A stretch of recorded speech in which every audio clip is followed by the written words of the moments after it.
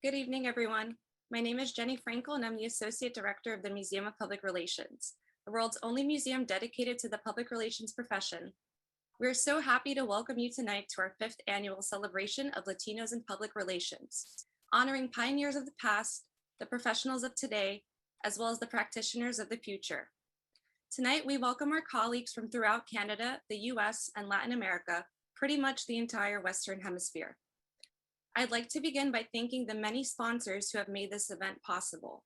L3 Harris, Johnson & Johnson, Hunter, the Bonnie Yablon Foundation, Grady College of Journalism and Mass Communications, Department of Advertising and Public Relations at the University of Georgia, Page, the Arthur W. Page Center for Integrity in Public Communication, George Washington University Strategic Public Relations, the Latino Communications Institute at Cal State Fullerton, West Texas A&M University, Pat Ford, the Stevens Group, Renew PR, the Puerto Rican Public Relations Association, Compro, Pemberton, PRCA Americas, MUCRAC, and the Diversity Action Alliance.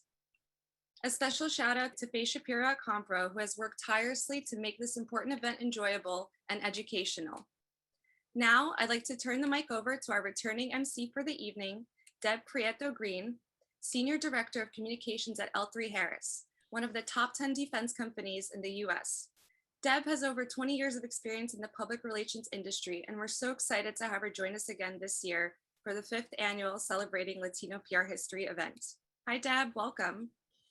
Hi, Jenny. Thank you so much for that wonderful welcome, and welcome to all of you who are participating on the other side of the camera. Un abrazo fuerte, a big hug, a big welcome to you who are here today.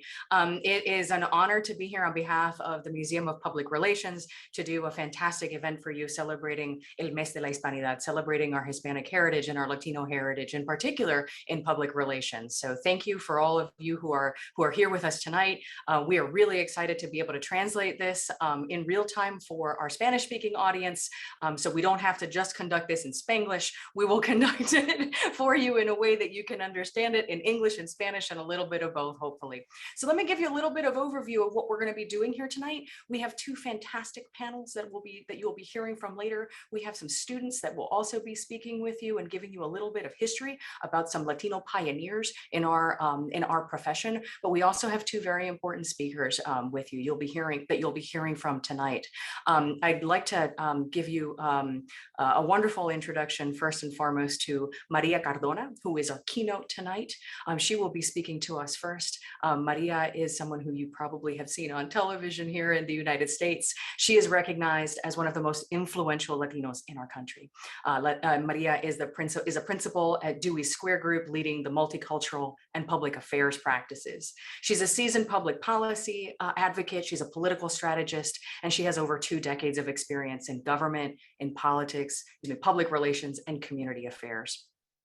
She's also very well known for her work as a political commentator, and she's currently on CNN and CNN en Español as a political contributor, and she's frequently appeared on MSNBC, Fox, Univision, and Telemundo prior to signing exclusively on with CNN. It is a pleasure and an honor to introduce to you, ladies and gentlemen, tonight's keynote speaker, Maria Cardona.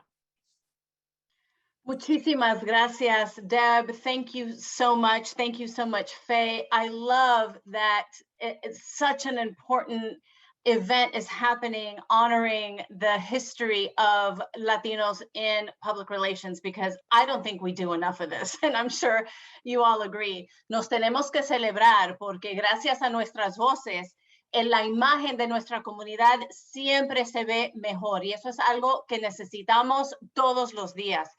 I think it is so important to continue to uplift the image of Latinos and Hispanics in this country. And there is no other example as to why than what happened in the last 5 years. When I first started in politics, Democratic Party politics, I did start in PR, as if you want to call it that, PR in politics, right? Press and communications. there were hardly any Latinos doing what I was doing. And in fact, when I first started out, it was the very first time that the Democratic National Committee had created the position of a Hispanic communications director. And that was my job going into politics. That's where I cut my teeth, working for the very first African-American chairman of a Democratic Party, a gentleman by the name of Ron Brown.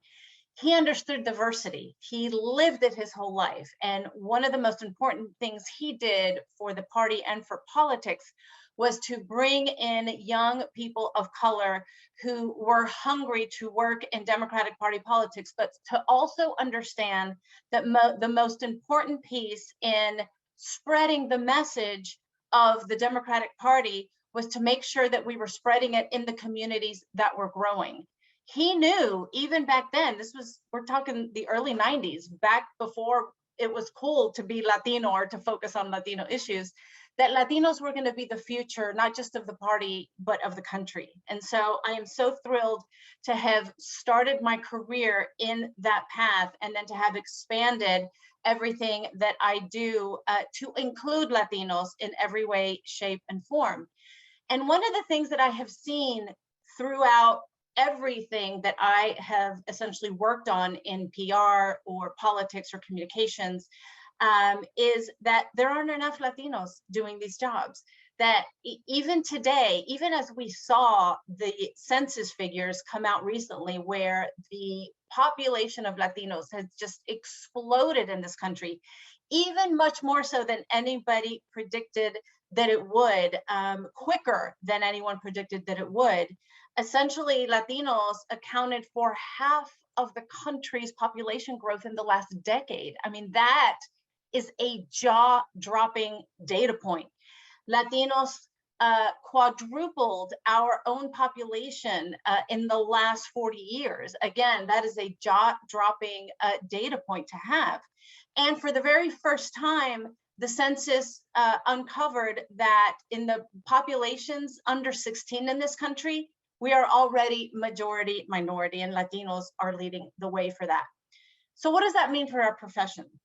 That means that we have to continue to bring in more Latinos to do the jobs that we all are doing.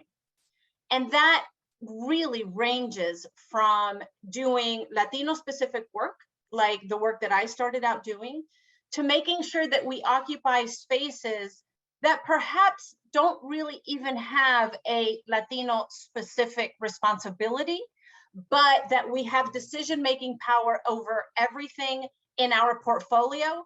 But because we have a unique experience as Latinos, we will always be making those decisions from the Latino lens. And that, I think, is what is most missing at the top echelons of where the decision-making power happens in Hollywood, in politics, in the political committees, in political campaigns, in public relations firms all across the country, in corporations, at boardrooms, especially where our numbers are still dismally small as compared to what our population represents in this country.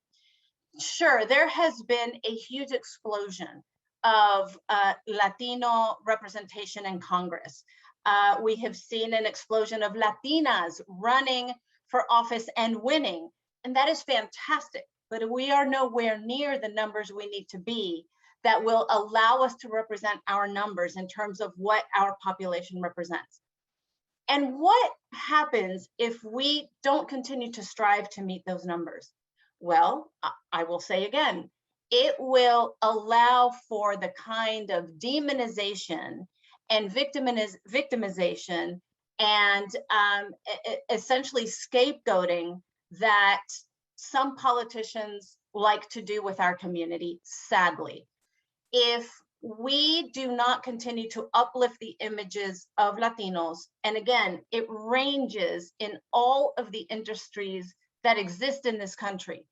If we only continue to see Latinos or Latinas in roles that are, mafiosos or gangbangers or prostitutes or maids or gardeners, not that there's anything wrong with that profession, but Latinos are also doctors and lawyers and PR professionals, candidates, senators, members of Congress. And those are the images that we need to uplift. One of the most proud moments that I was given the opportunity to live in the last couple of years was when my dear friend, Robert Rodriguez, gave me the opportunity and essentially told me that he wanted me to have a show in the run-up to the 2020 election that focused on all of the issues that were front and center for Latinos, and to make sure that Latinos understood that we have the power to change things in this country, to change the way that the messaging to the masses was happening about Latinos and about our community, and that it was in our power to do so. But that if we didn't take that power, if we didn't essentially take the bull by the horns, if you will, and participate in our elections, then it was always going to be on us that other people were allowed to talk about us in the way that they did, and were allowed to demonize us in the way that they did, and were allowed to implement policies that essentially ripped babies from the arms of their mothers as Latino immigrants came across the southern border. And so many other dangerous policies, not just to the Latino community, but to the country in general. And so to me, that really stood out as such an important reason as to why we have to continue to fight for uplifting the images of Latinos. One of the things that I love seeing as I'm watching television, whether it's a Netflix series or the new shows that are on broadcast or on cable, where you suddenly see commercials in Spanish. It's an English-speaking show, but all of a sudden there is a commercial that is completely in Spanish. That was groundbreaking. You would never have seen that 10 years ago. Now, I think it's way past time that we would have done that. So I am happy to see corporations starting to catch up to where the country is. But to me, that speaks volumes that the folks who are starting to make these decisions in the places where I mentioned earlier either understand the census numbers, have Latinos around them, or are Latinos and Latinas making these decisions finally, and that we are starting to be integrated into the mainstream of this country, not marginalized by just having commercials focused on Latinos, but represented in Spanish language as well as in English language, by having families that look like ours, with last names that sound like ours, and with people that sound like how we speak at home. Sometimes it's in English, sometimes it's in Espanol, a lot of times it's in Spanglish. I'm doing a great project with the Ad Council, and one of the things that we're focused on is communicating the message of letting Latinos, informing Latinos, educating Latinos on the facts around the COVID-19 vaccines. And a lot of the events that we have been doing have been in Spanish to reach hard-to-reach rural Latinos. A lot of the events we're doing in Spanglish to reach the younger generation. And so what I think my team has been able to bring to the table for this client is that we truly understand that in order to reach the Latino consumer and the Latino population in this country, it's not a one size fits all. You all know this better than anybody. And so it has been so gratifying to me to see the evolution of how communication to Latinos, whether it's politics or whether it's in consumer markets, has really changed, even though there is still a lot of ground that we need to make up. When I first started in politics back at the DNC, I had the privilege of getting to know a master and a legend in Latino political communication, a gentleman by the name of Lionel Sosa. And he's a Republican. He worked for Reagan. And he was the one who really sort of paved the way politically for how parties and candidates should speak to Latinos.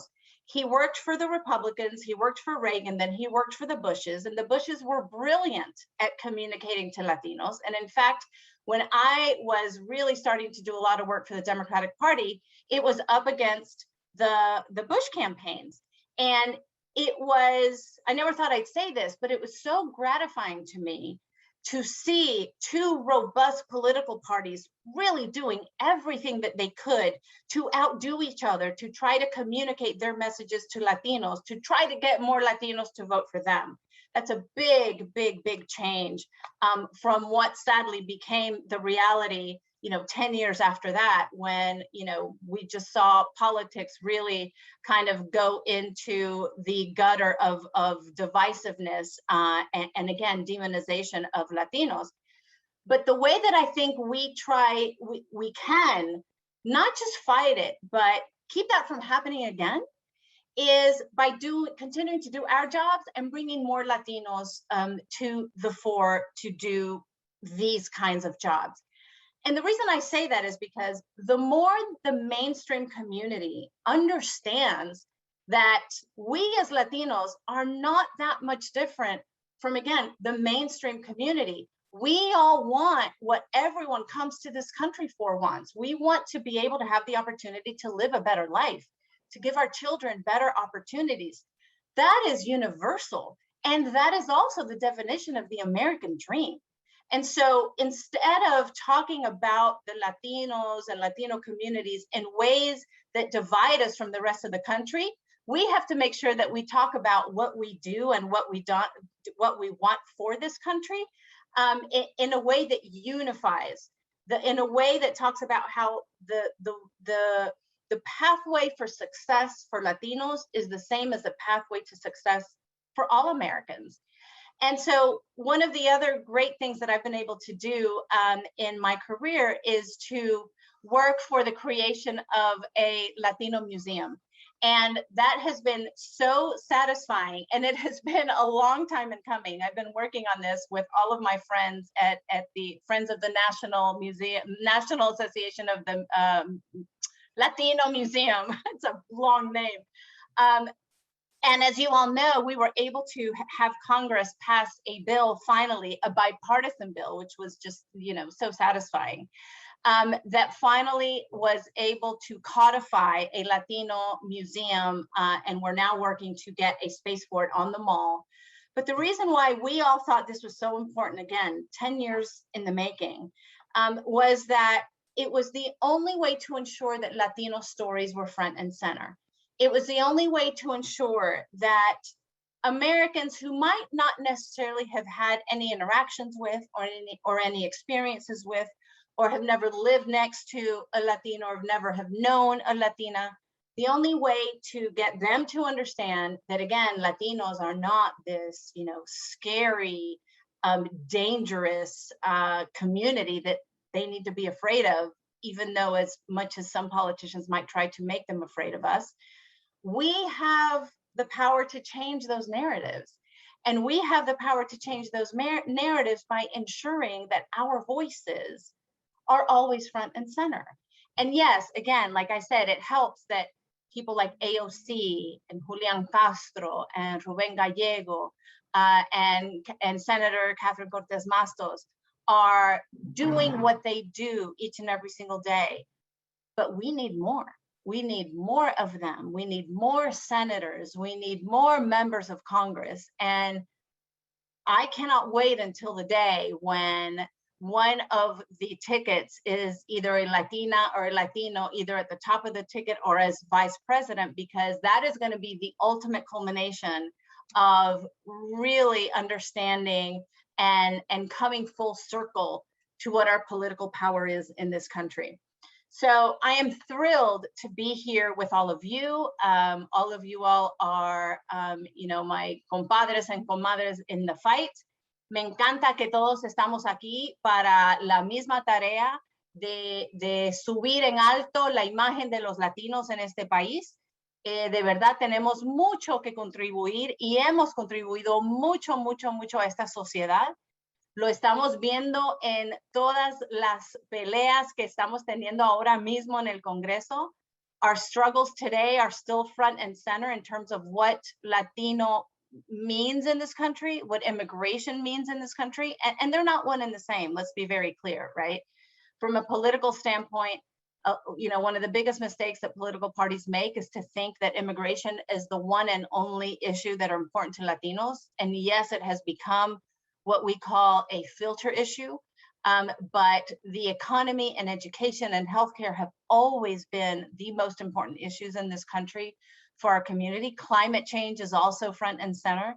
The younger that our community gets, and our community is by far 10 years younger than the mainstream community, that also gives us the opportunity to lead on cutting edge issues. Again, I think that we have tremendous opportunity before us.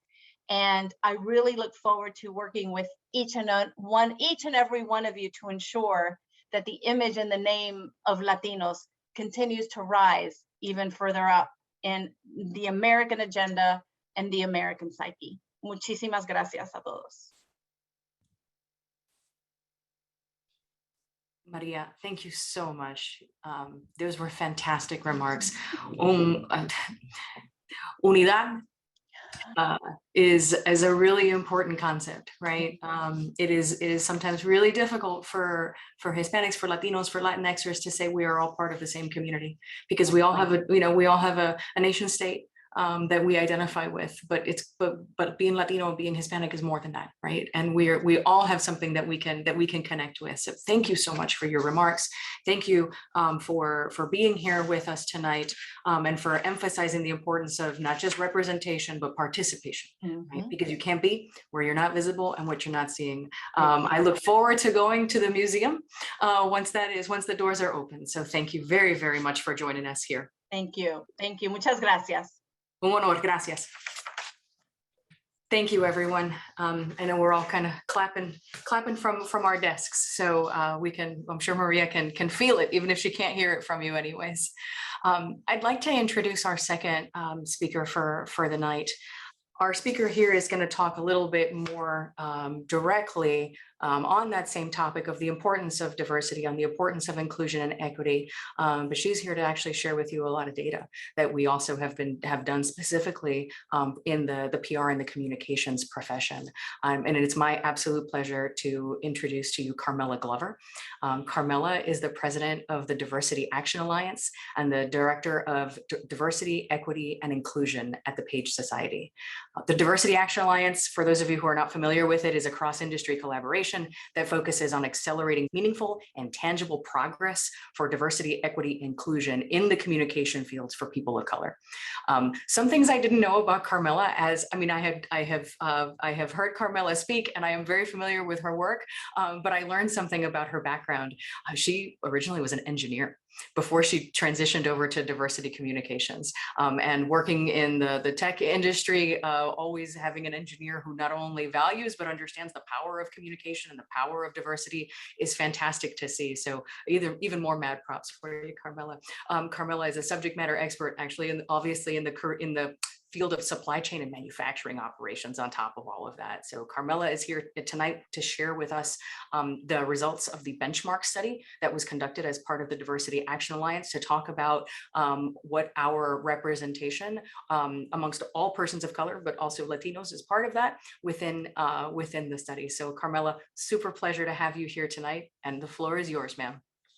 Thank you so much, Deb, for that kind introduction. And wow, Maria Cardona, you were amazing. I'm looking forward to hearing the rest of the panelists. I won't take too much of your time, but good afternoon and good evening. Buenas tardes y buenas noches a todos. I am Carmela Glover, president of the Diversity Action Alliance, as Deb just mentioned, and director of DE&I at Page. Both organizations are proud sponsors and supporters of the Heritage Series that the museum has curated. So thank you also to Shelley and Barry and the Museum of PR board and staff for the opportunity to speak to you briefly today during this 5th annual Celebration of Latino PR History event. So I'm particularly excited to address you this evening as the Diversity Action Alliance, which is, as Deb mentioned, a coalition of PR and communications trade organizations in partnership with the Institute for Public Relations, recently released our industry benchmark report, which can be found at the diversityactionalliance.org website if you're interested in reading it in full. I'm going to go over a little bit of it tonight, but tonight's celebration and honoring of the Hispanic and Latino contributions to our field is critically important, as our latest study found that of the 100+ US communications organizations that participated in our study, which represented over 12,000 employees, Unfortunately, yet unsurprisingly, found that this sample of the industry was only about 21% diverse as of January 1st, 2020. Furthermore, only 6% of that 21% that it was diverse was Hispanic or Latino descent, despite significant contributions to our field, which historically and regrettably go largely undocumented. And I know the Museum of PR is working tirelessly to change that. But at the executive level, it's 1% representation from the Hispanic and Latino community. While 19% of those who were promoted in that year were from communities of color. Of the total employee base who participated, 18% of Hispanic employees were promoted, which represents only a little more than 1% of overall employee promotions. This downward trend of diversity as you ascend up the corporate structure requires swift and deliberate action. These numbers corroborate the anecdotal evidence and what we all know, particularly as people of color, but it warrants definitive action. And now we have it in black and white, no pun intended, to really show us where we need to go and how far we are from representing the US that we know we are. Particularly because the Hispanic community is a very powerful population and very important to our businesses. The Latino community has nearly $2 trillion in buying and spending power, as we know, represents a whopping 18.5%, 19% of the US population, half of the population growth, which I know Maria mentioned earlier, and is the most engaged demographic with our brands and companies digitally. They over-index online and social media with tremendous influence. So how important is that to our communications industry and to the business industry as a whole? So for example, when J-Lo and Shakira performed at the Super Bowl and when J-Lo sang at at President Biden's inaugurations, the impressions and online activity that surrounded those events was amplified on socials by 22% more than the average national broadcast because of the power in the Latino and Hispanic community. In truth, because of the increased diversity in the US, what we call the browning of this country, it's a documented population shift. It's happening. That's a fact. It seemingly makes it relatively easier to increase diversity within our organizations. But easy is in fact relative, as candidates will be looking for tangible measures of transparency, for one, inclusion and equity before even considering an interview with a prospective employer. So this year is the first time a report of this level of detail has ever been published for communicators by communicators. There's no nuances to it. It is an opportunity for us to truly understand the inequities that people of color still face in our industry. The Diversity Action Alliance is committed to convening the world's top leaders in communications to address this pervasive issue. And the organizations making up the Diversity Action Alliance, they, as well as our signatories, provide resources, learning, and events to help move the needle, which, according to a recent McKinsey study, won't be rectified for another century if we continue to move at the current pace. So our goal at the Diversity Action Alliance is to accelerate progress and partner with our board organizations like PAGE, like the Institute for Public Relations, HIPRA, Beepers, the PR Council, and many others that make it possible for us to be a force multiplier, because there's good work happening in this industry. We just need one central place to come and see it and a way to hold our leaders accountable. Again, the onus is on each and every leader and organization that contributes to this aggregate data that's part of this industry. If you're not familiar with or you haven't signed the Diversity Action Alliance commitment, after you hear from the amazing panelists and speakers today, please navigate to our website to read and sign the Diversity Action Alliance commitment at www.diversityactionalliance.org. You can also always reach out to us at any time to hear about the many programs in our industry that seek to close these gaps. So thank you so much for your time today. I hope you enjoy the rest of the event. I'm looking forward to hearing from the panelists, and back to you, Deb. Thank you, Carmela. That was fantastic. The results are surprising, disappointing, maybe, but I think that this is, you can't improve where you don't know where you're starting from, and I think that sharing that data, collecting that data is the first step in being able to address it. You cannot be held accountable to a change if you don't know what the change is changing from. So, so thank you very, very much for sharing that with us. If you are not familiar with the report, or you want to read some more of it, the Diversity Action Alliance benchmark report is available from the diversityactionalliance.org website, and I would encourage you to read it. We'll be talking a little bit more about some things that you may want to do beyond just kind of reading a report as we kind of look through the lens of the rest of the event here. So thank you very, very much, Carmela. Hope you stick around with us for the rest of the event. Okay. As we transition from some of our key speakers, one of the things that we mentioned at the top of the event that we would also be doing is sharing a little bit of history with you. And we have invited some fantastic students to take part in this event with us. And today we were going to be hearing from 3 of them. The first we're going to be hearing from is Sal Gutierrez. He is a PR and advertising major out of West Texas A&M University, and he's here to give us a little bit of a history lesson. Take it away. This program is brought to you in honor of Federico Sanchez Fogarty, one of the foremost Latino pioneers in PR history.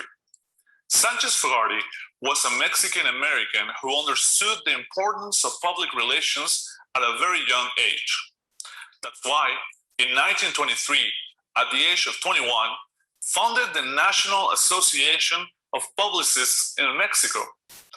Fogarty is considered the father of public relations in Latin America for the creation of a PR model that consists of investigation, construction of a program, strategy, and tactics.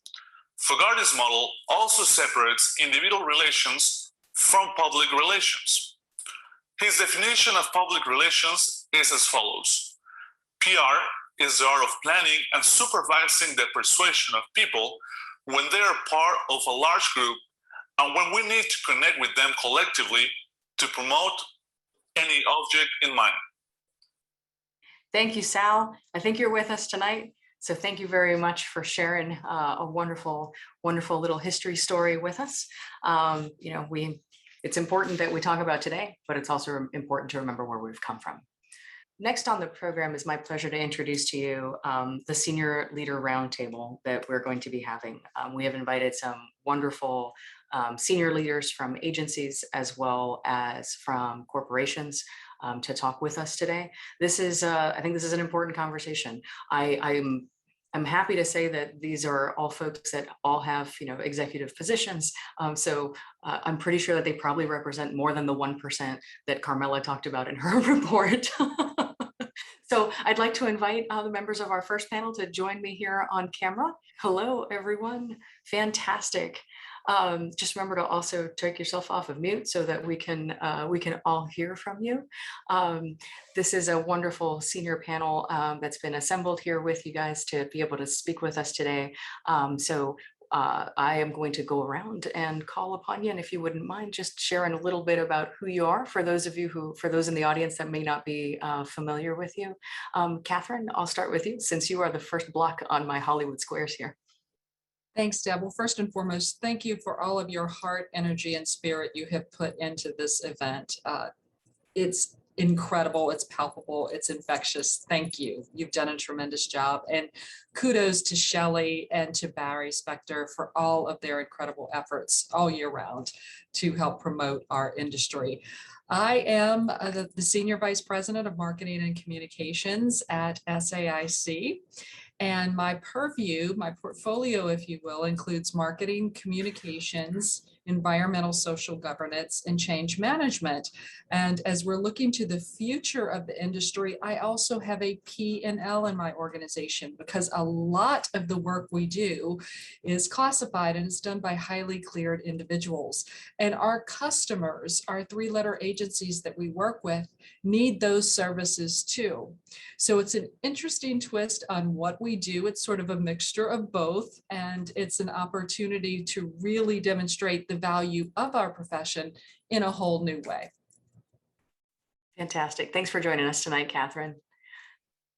Hano. Deb. Should I introduce you first? Should I introduce you as a Hall of Famer, a PR No, Hall of Famer? Definitely should not.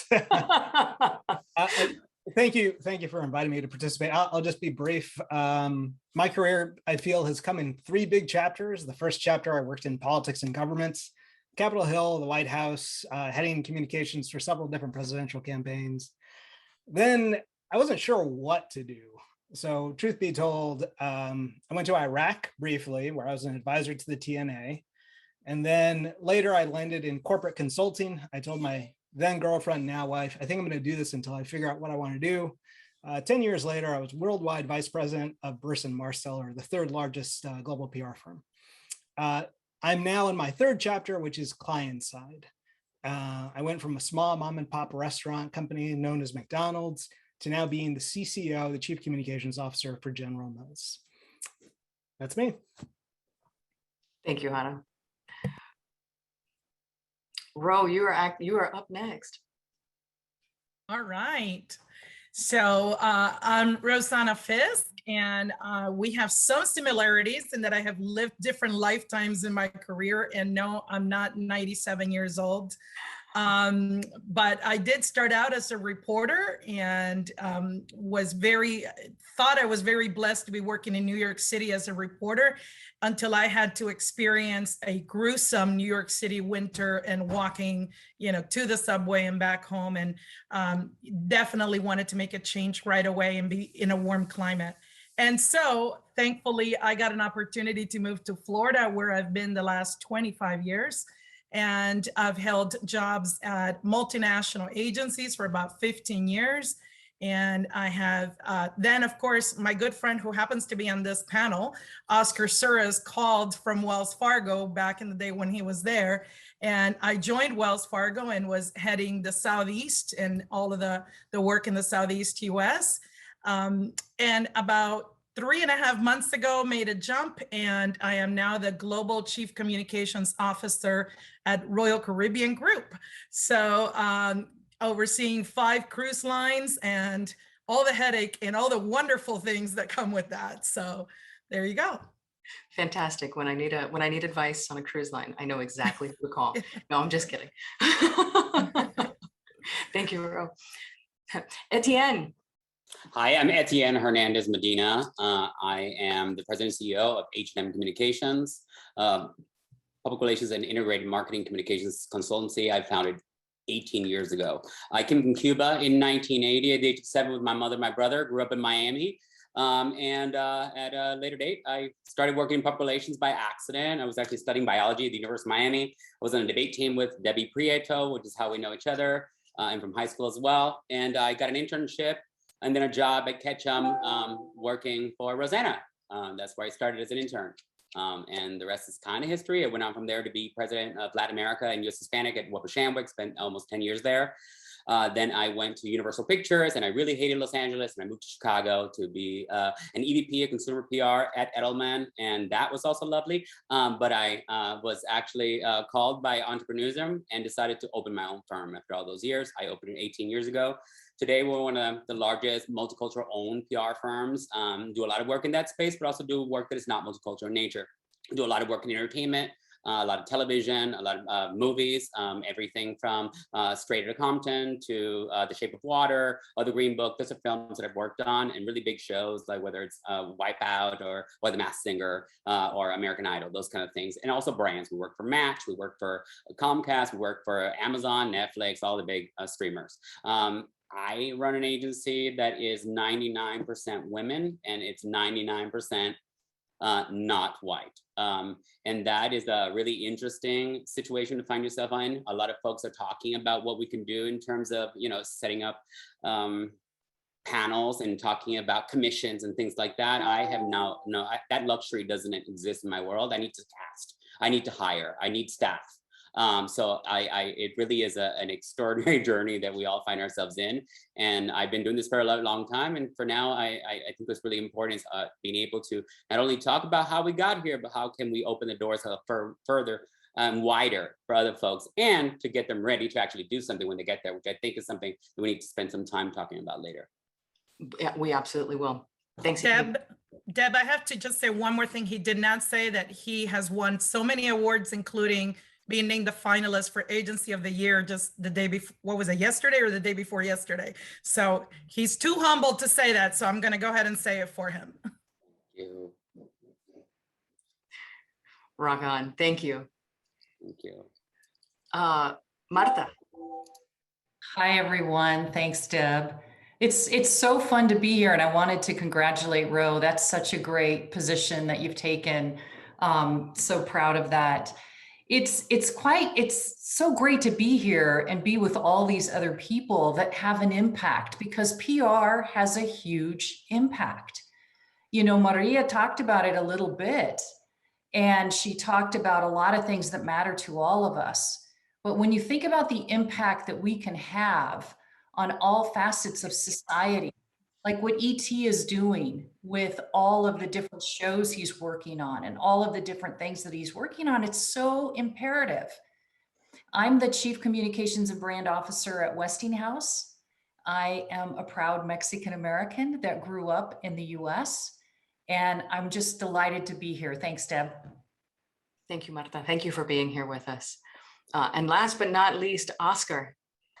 Somebody had to do it. Hey, thank you, Deb, and hello, everyone. It's just very happy to be part of this celebration and to be in the company of so many esteemed peers.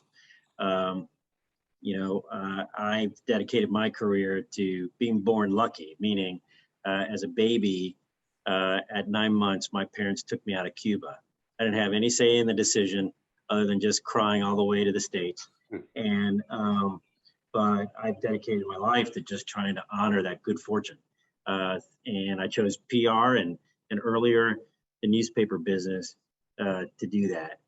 In the news business, I got to work for several metro daily papers, including ultimately at the Wall Street Journal. And then I started my corporate communications career with 3 great companies, AutoNation, Ford Motor Company, and yes, Rosanna, Wells Fargo, where I was the CCO for 9 years. And then, like Hano, turned the page and started a whole new chapter in reverse on the agency side, where I became executive managing director at Zeno Group, Agency of the Year from Provoke and PR Week this year, and part of the Daniel J. Elliman family of companies. And so anyway, delighted to be on the panel here tonight with all of you. Thank you, Oscar. Thank you very much. As somebody on this panel would probably say, look, we ain't no scrubs, right? This is a group that is seriously accomplished, seriously been there and done that, and still doing it. So thank you very, very much for participating with us tonight. Let's kind of dig into a couple of topics here.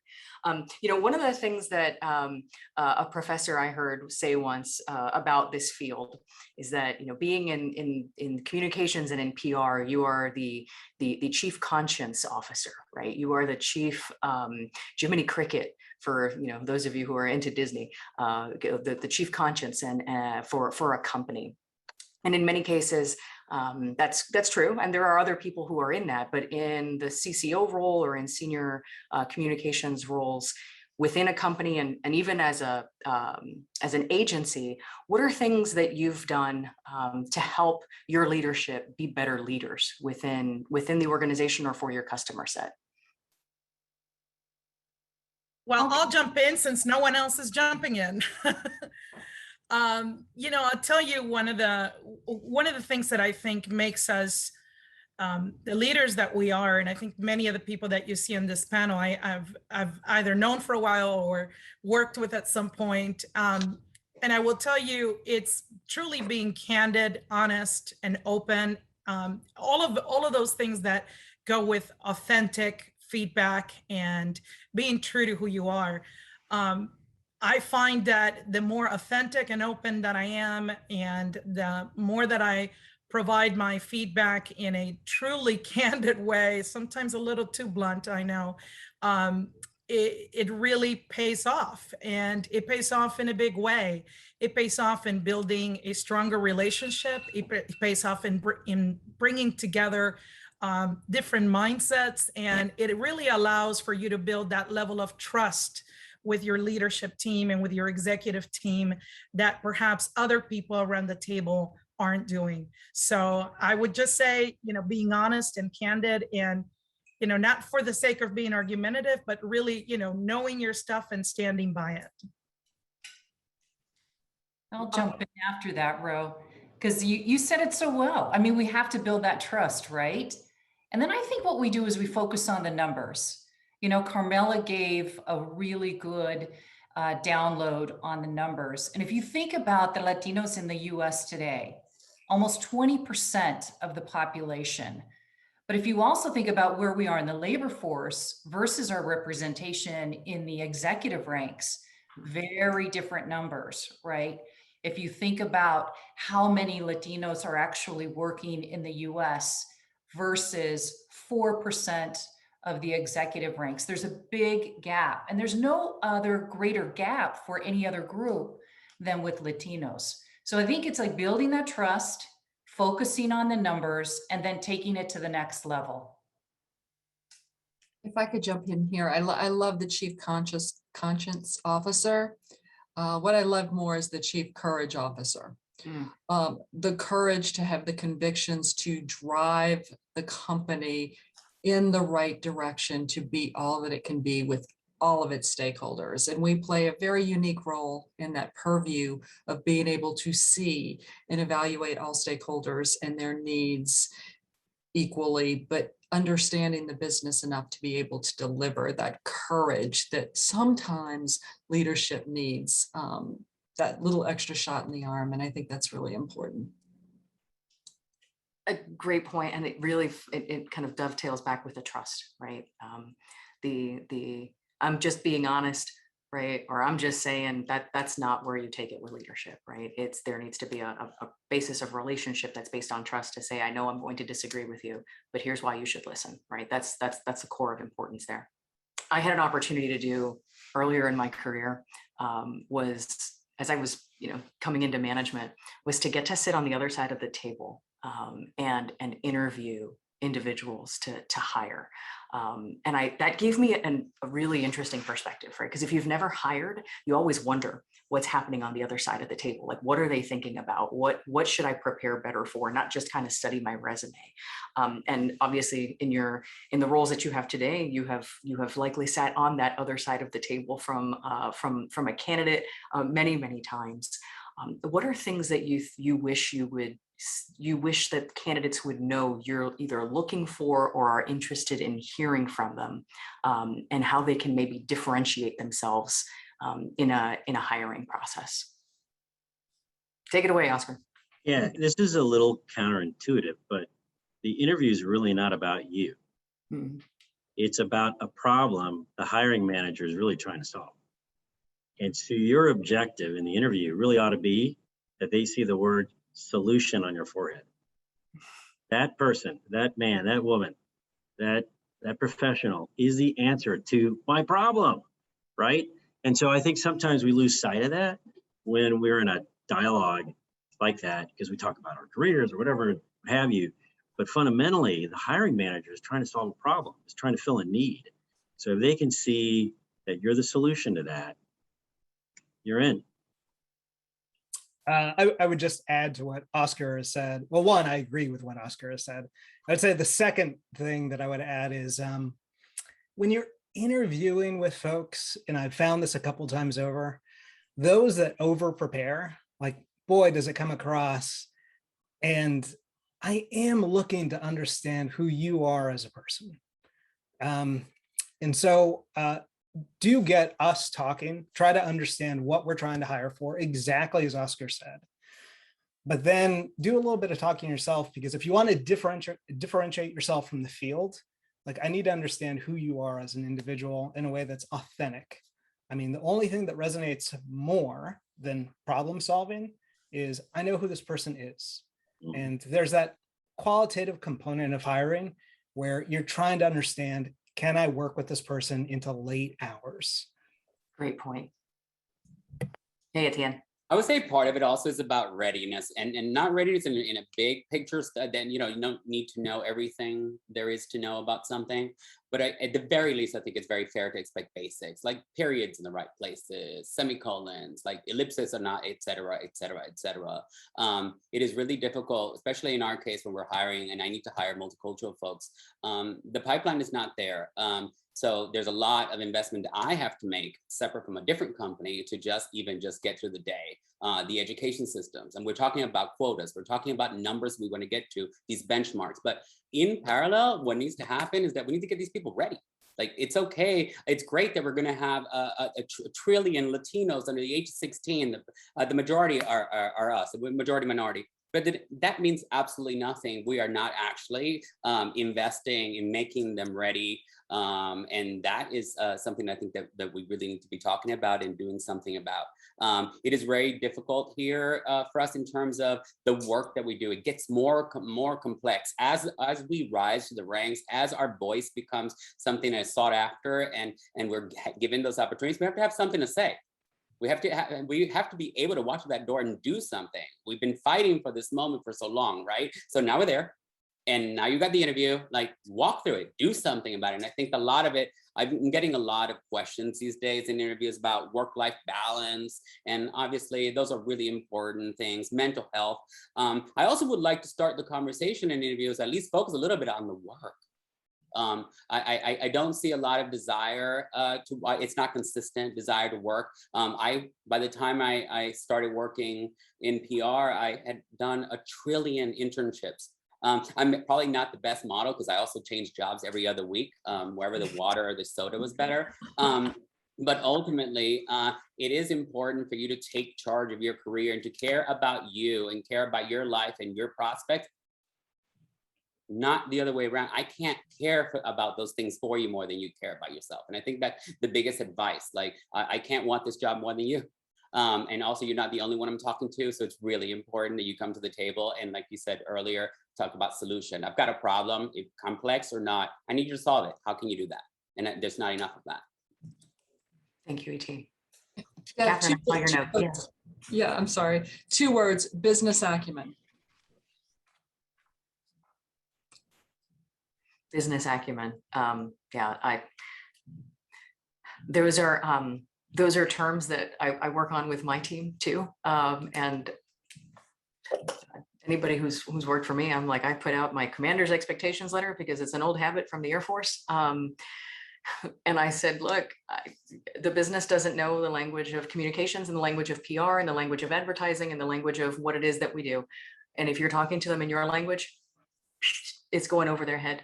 You're talking to engineers, you're talking to business people, and they may or may not get it. So you better put it in the result.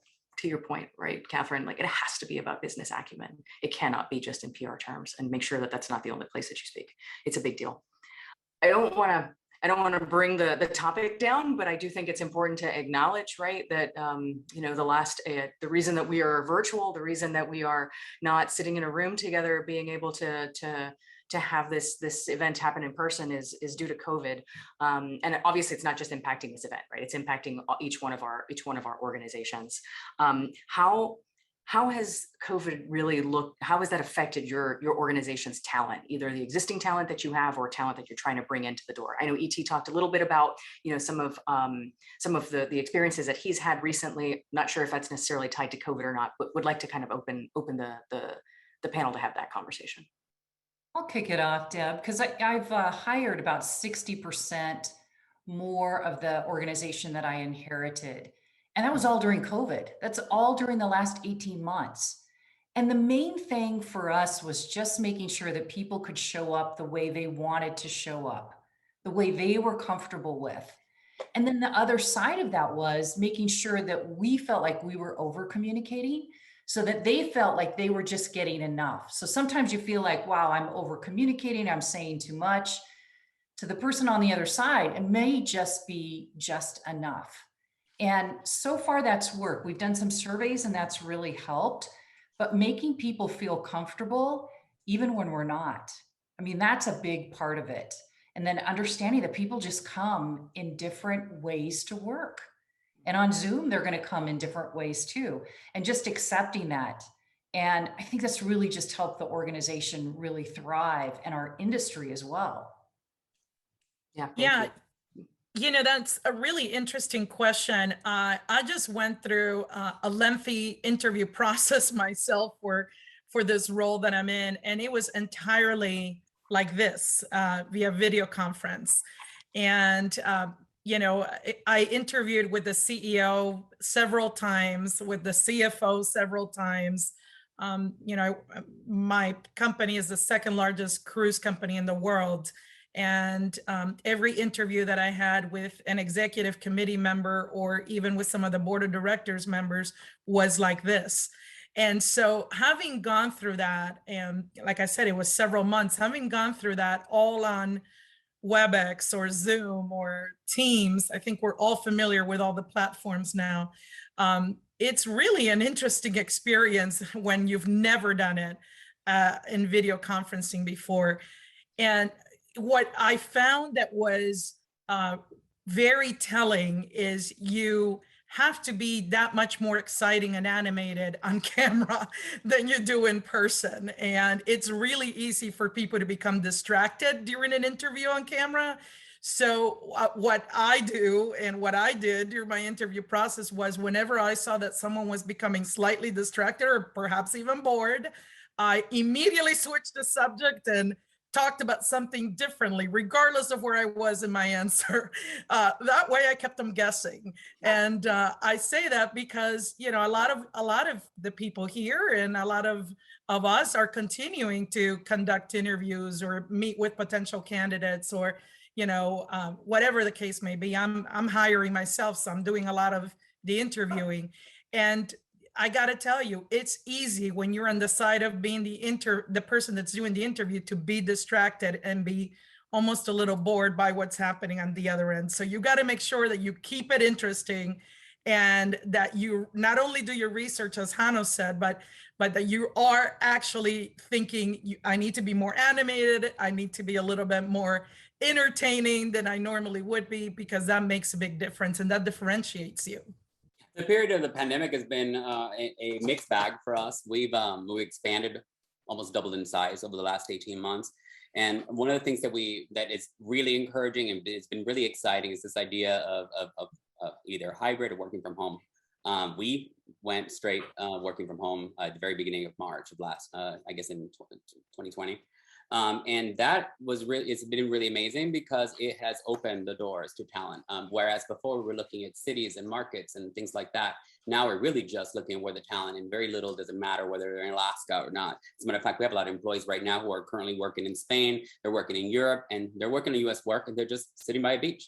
And being able to do that obviously helps in terms of being able to compete for talent. At the same rate, while we're not going to have this frenzy of talent, it is more talent than we've had before, which means it goes back to the same issue of readiness, right? We have more candidates, so we're going to be a lot more selective. There's a lot more folks that we don't have to put up with certain things, or it's very easy to move on to the next candidate, right? When there are other options. So it's really important to make sure that you are, again, know your subject matter, that you are present, that you know who you're talking about, that you are taking charge of. It's just as much an interview of you and it is for me, of me as well in the firm. So yeah, it's been an exciting time in that things that were really scary before, like for us, Zoom or any of the virtual tools, rarely, if ever, were given the opportunity before all this, did we ever use it? Or at least I know that we did not. And that has really allows us to really break down a lot of barriers. That said, building a culture, sustaining a culture through this process is even more challenging, right? And as opposed to being able to have a door open in your office that people can come in and out, or you go visit, or you go walking around, that is not something that we have now. So it really puts the onus on us and the leaders to recognize that, you know, we're only as good as everybody else, as folks that are not performing, right? And why are they not? This is a different time. Are they alone? Are they living alone? When was the last time they saw their family? When was the last time they spoke to someone in person?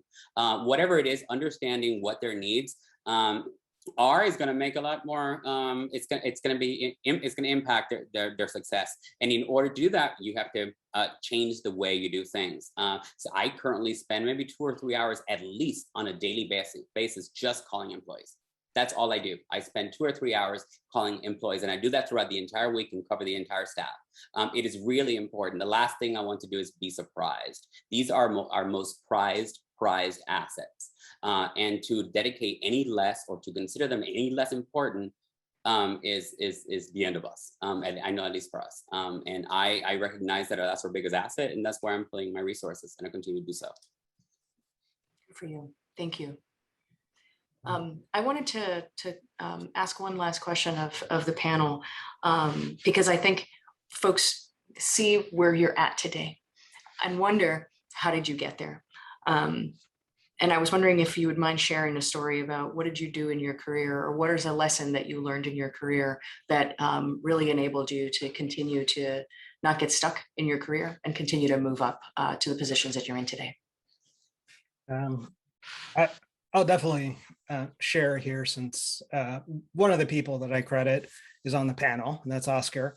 And another helped make this event possible, and that's Pat Ford. A piece of advice that I give to anyone who's entering this industry, especially if you're coming from a diverse community, is to set aside this myth that you're special. Because if you believe that your success is somehow different from others, that no one could do what you've done, then you're actually not going to reach back and help others succeed. And I imagine I'm speaking for the panel when I say that each of us has a story of others helping us along the way, which means that each of us have a moral obligation to help others in turn. So, in sum, I really would say that it's an obligation to reach out as you get higher in that career, in your career. That obligation only grows, which is why I'm doing this instead of bath time with my 2-year-old. But again, this is great. This is great. Hey, if I can jump in, Hano, first of all, you're very gracious and kind. Thank you very much. And I am 100% in agreement with you. I mean, if there's one message I want to leave with everybody tonight, is we have the power to be our own very powerful network. You know, I suspect that we're underrepresented and understated in the research that the Diversity Action Alliance had shared with us earlier tonight. And if we just only began with helping each other, we can be mentors, we can be sponsors. I got my job at Wells Fargo in part because a fellow Latino friend called me up and said, hey, this job ain't right for me, but I told them about you.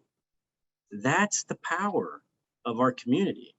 So, and I'll put in a plug because I serve on their board right now, but the Hispanic Public Relations Association, led today by Sonia Diaz, doing great work there.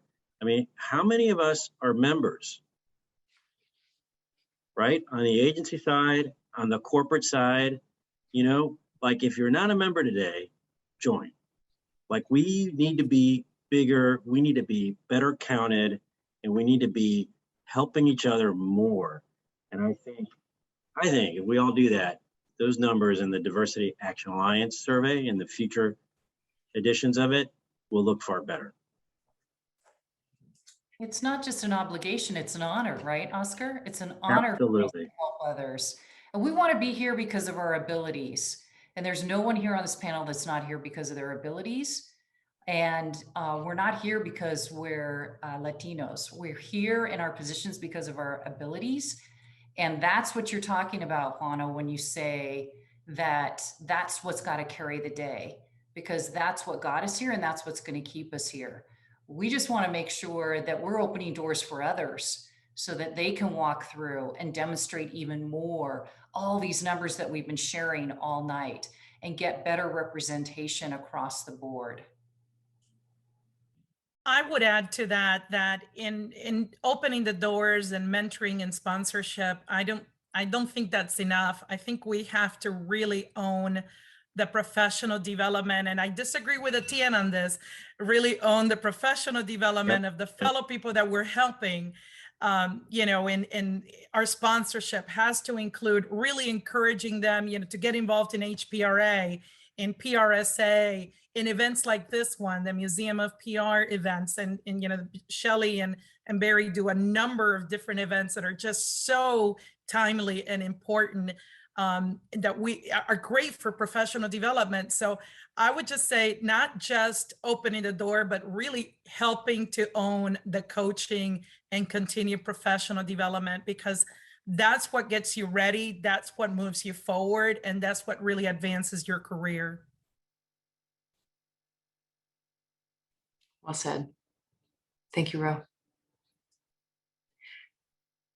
To the esteemed panelists tonight, I will give you a round of applause. I hope that those of you who are also participating in the event are also doing the same. So I will be the representative clap for everyone. Thank you very much. You know, this has been, you can go Gators, there you go. This has been really insightful. Thank you for sharing your personal stories, your personal perspectives, and really the importance of not just talking about it, and it's about doing it, right? Because at the end of the day, that's what's important. What we identify as is one aspect of who we are. But you know, in order to continue to rise in your career, performance has to be there, and we have an obligation to help others improve their performance so that they can also do the same and take it upon themselves. So thank you very, very much.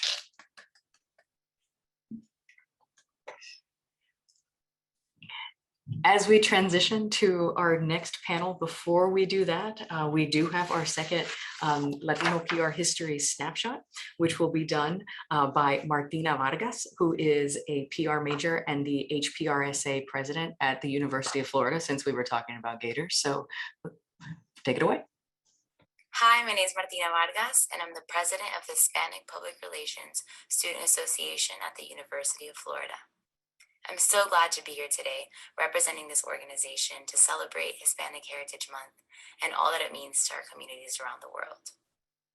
PR's growing importance around the world has helped amplify millions of underrepresented voices and has shown a light on the importance of our leaders in all industries, not just PR. HPRSA was founded in 2018 by a group of incredible students as the first and only student chapter of HPRA to create a space of diversity on UF and a place where students could celebrate their cultures while advancing their professional and academic careers. With the help of the HPRA National Chapter, our PR department at the University of Florida, faculty, advisors, and our members, HPRSA has served as a place where students can learn, become empowered, and get ready to become the leaders of the next generation of public relations practitioners. This program is brought to you in honor of John Echeverria, one of the foremost Latino pioneers in PR history. A co-founder of the Hispanic Public Relations Association, John has raised over $250,000 worth of scholarships and started multiple programs dedicated to Hispanic public relations since 1988.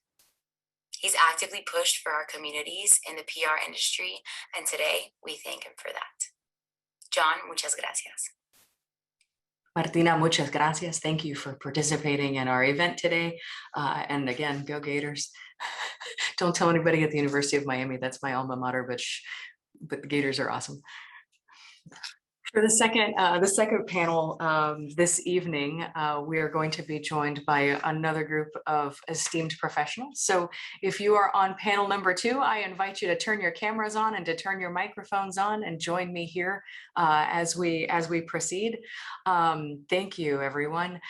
This panel is a little different, and we have deemed this panel, and we have called it Cafecito Time.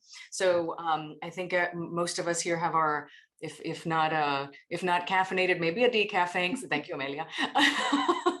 And Alexis, fantastic. This is Cafecito Time, traction through action.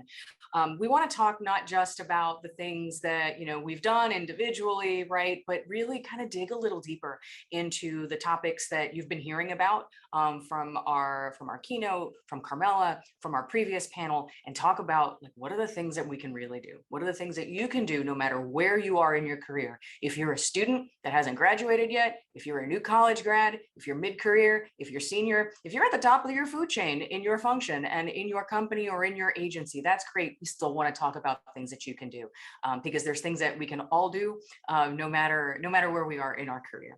So with that, let me introduce our fantastic panel that is here with us today. I will do the same panelists as we did for our top panel. I will call out your name, and if you wouldn't mind, please introducing yourself to the 120 participants that we have here with us today. So Juan Carlos, you are first on the boxes, so please take it away. Thank you so much, Deb, and thank you, Shirley, for putting my name forward for this panel. It has been a fantastic event, so congratulations. I am the Edwin L. Arts Dean and Professor of the University of Oregon School of Journalism and Communication. I have been here since 2016.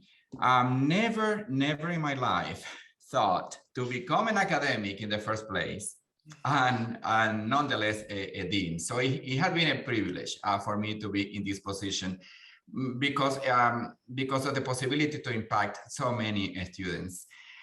Before coming to Oregon, I was at the University of Florida for 16 years. I was the head of the public relations department. And I came from Venezuela 27 years ago for my master's and PhD with the idea to go back to the PR industry. Before coming to the States, I worked as a public relations manager for a financial group. In the States, I didn't want to stop. And when I was doing my PhD, I worked in corporate communication for Blue Cross and Blue Shield. And when I became a faculty member at the University of Florida, I worked for a summer, which is called a professor in residence at Bursa Marsteller, Miami, Latin American operation for the healthcare practice, especially for pharmaceutical industry type of communication. So very honored to be here. Thank you, Juan Carlos. Welcome. Pepe. Hey, hi, everyone. I'm Pepe Aguilar. Thank you for inviting me. I love that this is a cafecito talk, so it feels much more interesting to chat with all of you. It's an honor to be in this group. So I'm Executive Creative Director at Finn Partners. I've been a creative leader for all of my career. I've had the privilege of working not only in the US, but also in Mexico, my country of origin, in Peru, in Ecuador. I've also lived in Canada. And I've had also the enormous privilege of leading many creative teams that have been awarded through time in festivals such as Cannes Lion and Effie Awards, which is for me the perfect balance between creativity and effectiveness. But probably one of the things that make me most proud is that almost by accident, I became a Hispanic advocate when I got here to the US. I saw that there was something that I could do, and I started creating campaigns for to fight, like misrepresentation and underrepresentation of the Hispanic community. I've worked with organizations such as Silent Poverty Law Center and We Are All Humans, which is the organization behind Hispanic Star. So it's on us. Maria mentioned at the beginning, it's about unity. We have to be a unified community, and that can only happen if we do our part in it. So thank you for inviting me. Thank you for being here, Pepe. Thank you. Amelia. Thanks, Deb. Good evening, everybody. It's so wonderful to be here. I'm honored to be among such great communicators. I am a senior manager for external relations at a company called Workiva, which is a cloud native modern platform that enables collaboration for financial and non-financial reporting. And I have like an interesting background. I started my PR career really deep in Hispanic PR, really working in, helping to represent our community, and pretty much everything I did, first with Fleischman Hillard, actually even before that with a global manufacturing company that was based with Latin American facilities, and then with State Farm. And I really pivoted into tech PR now and really have moved away from Hispanic PR. but I'm loving the new world of B2B tech PR. And so the world I work on in work, my volunteer time with HPRA, and I've, hollering out to the Texas chapter, our new chapter here in Texas. So if you're in Texas, please join us. I'm just super excited. And then I also have to give a shout out to, I am a graduate of George Washington University. For those of you looking for a great master's program in PR, I highly recommend it. But as a Colombiana and Argentinian immigrant parents, my Hispanic roots have always been very different. Living in Texas, it's always been a challenge, as my history, my background has always been different in my culture, even the food I eat. And that's always been something that has colored what I bring to the table when I, either at the corporate table or even with my friends and everything that I do. And I think that helps to just enlighten what I do and just bring color to everything that I bring to the table. So I'm excited about tonight. Thank you. Hi, Alexis. Hello, everyone. Buenas tardes, and gracias por estar con nosotros. I'm super excited about this cafecito chat, and a little bit about me. I am one of the YoPros on this panel. So I recently graduated in 2020 during a global pandemic, and because of that, my experience goes from internships in many different fields of nonprofit PR to food PR, then starting my own little PR boutique agency, and now being contracted with Experian, working on their first ever campaign in bilingual educational credit. And that's in the entire North America component. So I'm super excited to be working there, working on different influencer research outreach, community and media outreach, business, just a whole bunch of media coverage as well, earned and bought. So super excited to hopefully share a little bit more about what I do and how I got here. Thank you. Look forward to hearing more from you. And last but not least, Catalina. Buenas noches a todos. My name is Catalina Santana. I recently graduated from the University of Florida with a degree in public relations. I just joined BCW as an account coordinator in the health media practice. So I have been doing healthcare since I actually started doing internships. I've been in healthcare, and now I'm in the media team. So I recently graduated. I think I can talk more about that experience from, coming from the pandemic and all the support and guidance I have been able to receive through mentors at UF. Fantastic, thank you.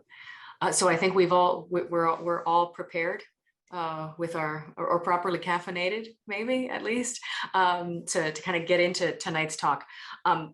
Pepe, I think that you were probably having the same thoughts that I was having as Maria was speaking earlier tonight, because so much of what she shared was part of the conversation you and I had earlier, and the panel had, right, as we were preparing for this event, and specifically talking about, the importance of representation and how we are represented, right? It's not just the numbers, right? But then kind of what is the method, what is the channel, what is the story behind how we are being represented? And I know, as a creative director, you've had a lot of experience in obviously not just the spoken, but also in the visual and the representation. I was wondering if you mind sharing some of the things you shared with us before about that topic. Of course. Well, it's no secret that Hispanic community is becoming ever more important in the U.S. We are a community that is growing, that is contributing a lot to this country. But I guess it's important to understand why we don't behave as a unified community, such as others. And one of the things is, of course, obvious. We come from different countries. It's not a one-size-fits-all definition. When you say Hispanics, we're talking about people from many places. There's also debate even on how we call ourselves. If you say Hispanics, well, that means that you come from a country that speaks Spanish, but that would exclude Brazil and other countries in the Caribbean that might speak French or Portuguese or others. And if you say Latino, okay, that also means that we speak a language that that comes from Latin. So that would include Italy, France, Portugal, and of course, Spain. So it's not as easy as it seems. So I guess it happens to a lot of people who were not born in the States. I never considered myself Hispanic until I got here. Before that, I was probably, you know, like just Mexican. So when I got here, people told me, "Oh, you're Hispanic." Oh, okay. So now I have to identify with this mindset. If you're born here, probably you get used to that much earlier, because that's the definition that exists for us. But as a group, I think that we do have a lot in common. So it does make sense to become united and create a community that can support itself, that can fight for the better representation, that can talk about the history, the hidden history. Camelia also mentioned this. We're not mentioned in history as we should.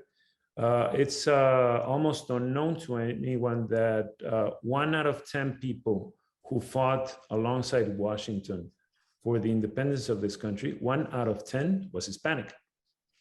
And that doesn't appear in the history books.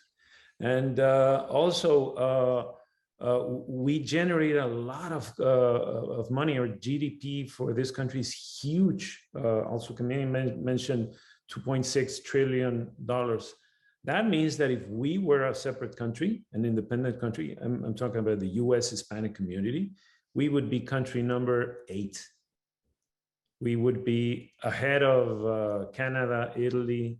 I mean, we're like Brazil. We're like big contributors to the country. We're creating jobs. We're adding to the culture. We bring our separate cultures and add to the richness of this extended community that is the US.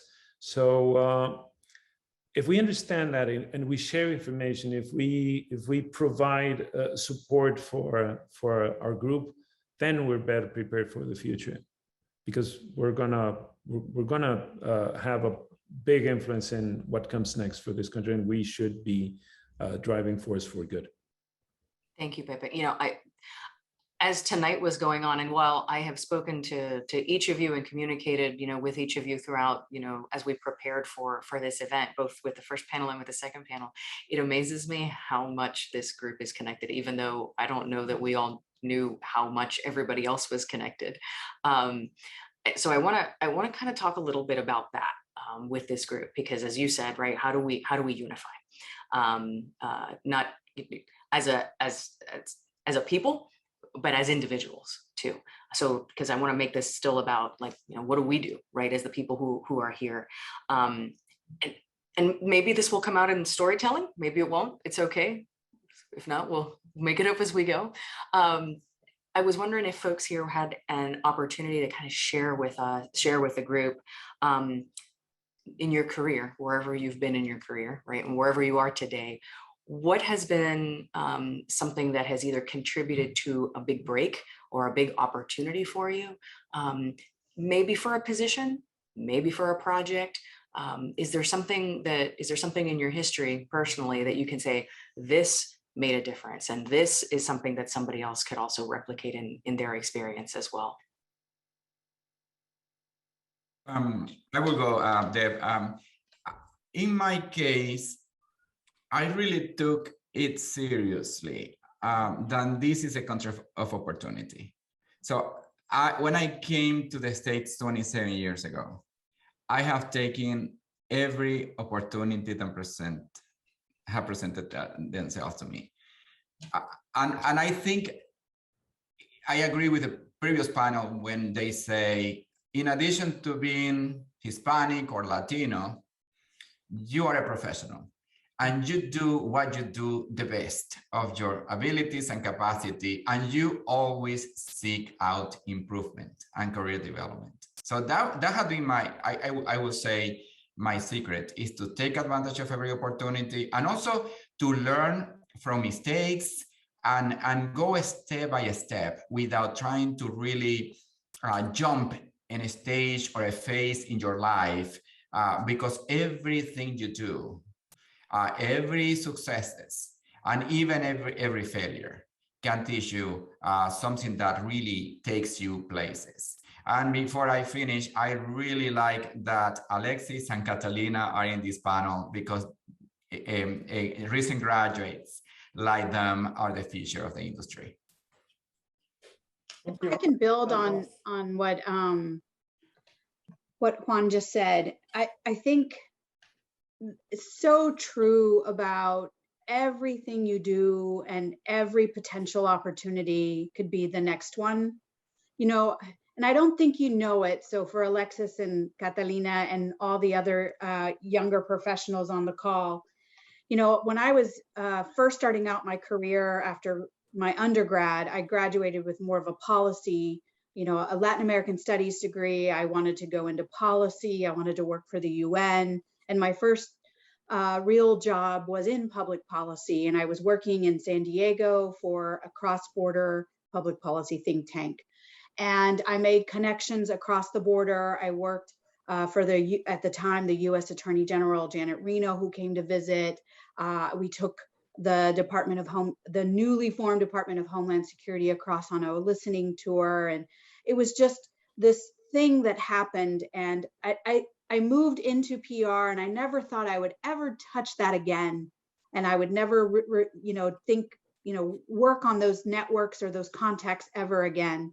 I moved to Texas years later to work for Fleischman Hillard, and the project, the campaign, and the client that I worked on specifically needed that expertise that I brought to the table, and those contacts for a client and a customer that needed cross-border PR work.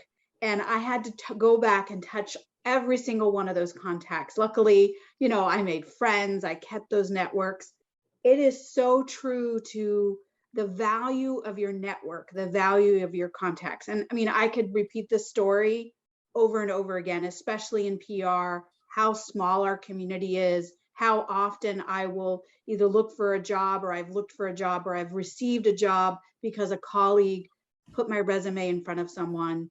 That is so valuable. And even the students I graduated my postgraduate program, I ended up working with, and we have stayed in touch. Don't ever take for granted the people you work with, the people you go to school with, the people you run across. Even today, the people you're chatting with on the chat, get on LinkedIn, connect with them, follow them on Twitter, because you just never know. And I can't tell you how small the community is. So the value of the network is powerful. I'll go, and I'll just say, to follow that, is don't just look at everyone as a connection. Really get into these spaces. You have to really build these relationships. Be your genuine self, be authentic, and then keep consistent contact with people. One of the ways that I got a lot of my big breaks was because I would just stay in contact with mentors, people I met at panels, just as simple as asking them, like, hey, Jan, I haven't spoken to you in like a couple months. I saw on LinkedIn that you just got a new job. How are you doing? Is there anything that you need? And it's just being that service component really touches people. And it's something that's very easy to do. And supporting your entire community, going on Twitter, reposting what they post, Instagram, putting it on your story, just being committed to this community, showing up for your connections, your relationships, for your friends. That's one of the ways that I got my position now, is I stayed in contact with the mentor even after the mentorship program ended. And a year after that happened, I got this position, which I'm in love with. But I joined like 14 different clubs and organizations my last year of college, and I showed up for every single one, made genuine connections there. And it's also one of the reasons why I'm on this panel, because I joined the Latino Communications Institution, Cal State Fullerton, and stayed connected to the Dean Shaw, who's on here. And because of like just the genuine conversations I've had, I've been able to build my community and able to show up and be on panels like this, meet other like influential PR pros like everyone here and on the past panel. And I already know I'm going to stay connected to them. I'm going to reach out to everyone who I already haven't on LinkedIn and now on Twitter. Thank you. You just love that. You want to like snap for that, right? And I can actually speak from that as well, as I am a recent graduate. I think even more so now when we're in this online environment, where sometimes having a coffee with someone was something that people used to do more often and we don't get the chance to do now. I think asking someone to help you goes a long way. And I think that is because for a student like me, for example, I was not born here. I was born and raised in Colombia. And sometimes there are opportunities, there are lessons, there are so many things that you can learn from others and people who've walked that path that you hope to achieve one day. So I have had the fortune to learn from amazing people. From UF, I had amazing professors, Pat Ford, Dr. DeStasso, among many others. I had the support and guidance from them. I was able to learn from them. And I think having that support system and believing in yourself that you can do this, that you have that set of skills, saying yes to every opportunity that comes your way has also really helped me. And I think it's having that drive, that passion for what we do and knowing that we can make a difference in the industry also has made me want to do even better every single day. So definitely keeping in contact with those people who you've learned with and just doing what comes to you your way, like what Juan Carlos said about the opportunities, taking them seriously and always doing what you can do. Jump in, absolutely. Well, I couldn't agree more with what everybody's saying here. It's about working hard and also about somebody believing in you. So I guess we all have several big breaks across our career. I think that for me, the biggest break I've had was a really slow break, really slow. About 15 years ago, I said, hey, I was in Mexico. I want to go and work in the US. Many years of my career I've worked for global agencies. So they said, well, you know what? I was thinking, I don't know, Miami, New York. And they told me, well, there's no open opportunity right now over there, but how about you go to Ecuador? I said, yeah, I'll take it. Thinking, okay, I'll go to Ecuador and then I'll jump to the US. So I went there and worked really hard and proved myself. And because I was doing probably something right, I got invited finally to Peru. So I took it and went to Peru and had a great time over there also. I mean, many of my most closest friends come from that time in my life, from Ecuador and Peru. And then because everything was going well, I finally got invited back to Mexico. So I went back to Mexico, and finally after that, 5 years ago, I got invited to come to New York. So the experience I get from this is, yes, it's about working very hard, but also about being very nice along the way with the people that you work with. Everybody's mentioned your connections and how you create a network. That only happens if you add value to the work, but you also add value to the human part of the relationship. And eventually somebody will say, yeah, that's the person that we need. Bring that person over here. And then it's our job to do that for the younger generations or for whoever. It's a pay it forward kind of thing. That's the way life should work. So yeah, that's my big break. I agree with Pepe, because in fact, you don't know where life will take you. And one of the things that I have learned is that the previous step to my current situation helped me to be where I am. So when I came to the States, I came for education, but my work experience in financial communication helped me with the admission process in the master's program, because they were looking for, you know, a person with an academic credential, but also a professional credential. And then my work in my master's helped me with my work with admission in my PhD program, which I never thought I was going to apply for a PhD program, and so forth and so on. My work at the University of Florida allowed me to be recommended for this position, and a search firm reached out to me and said somebody nominated you. So your work, previous work, precedes you, takes you places, and I will say that, looking back, every one of my moves, every one of my experiences were really important for the person and the professional that I am today. Thank you, Juan Carlos. There's some amazing things that have been said here. Number one, preparación, right? Your preparation, your ability to deliver, not being scared to take an opportunity, because you never know where it's going to lead you. And not being scared of failure. And failure for the English-speaking audience is seen as the F word. For a Spanish-speaking audience, it might be a J word or otherwise. But it is something that is a very big teacher. In my career, the biggest lessons I've learned has been through failure, not through success. And the more you fail earlier in your career, the better. Because you'll learn those lessons. If you learn those lessons mid-tier, you have more to lose.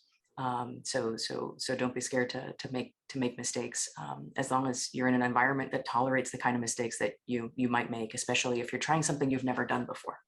And the other piece that I've heard here so far has been tu red, not necessarily social, right? Your network. Who's with you? Who do you know? Maintaining relationships is not just good enough to be connected on LinkedIn. You can go out there and buy a bunch of connections on Twitter. You can buy a bunch of connections on Instagram. You can buy a bunch of followers, but you're not there to be an influencer, right? You're there to be a connection point. And how do you connect someone? I know someone who can solve your problem, right? Like what we heard about on the first panel, kind of connecting here, either as solving a problem or somebody who has a skill set.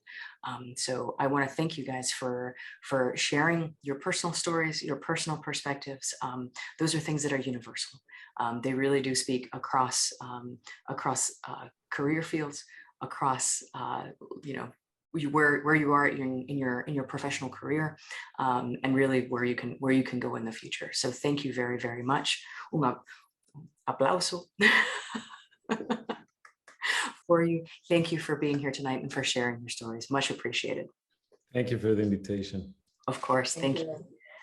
Yes, thank you. It's been great. Good luck to everybody. Yes, thank you very much. Gracias. Muchísimas gracias. Muchas gracias. Okay. We are going to transition into our third snapshot here of the night, brought to you by Gabriel Alvarado Huerta. He's a student from La Universidad del Sagrado Corazón in San Juan, Puerto Rico. Take it away, Gabriel.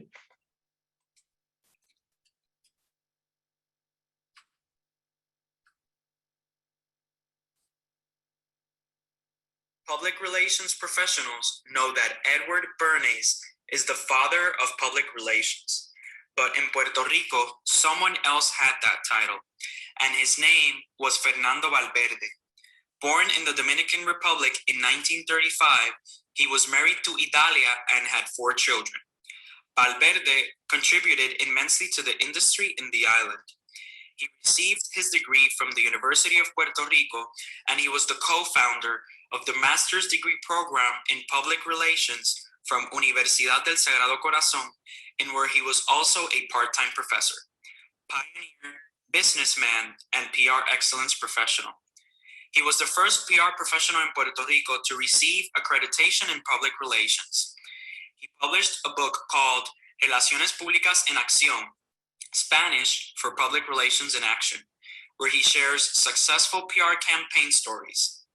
This book serves as a very important reference for all PR professionals. He worked approximately 32 years advising companies like Chrysler, Citibank, Burger King, American Airlines, among others. Valverde served as the president of the Puerto Rico Public Relations Association from 1979 to 1980. He also served as the president of the International Association of Communicators and the San Juan Rotary Club.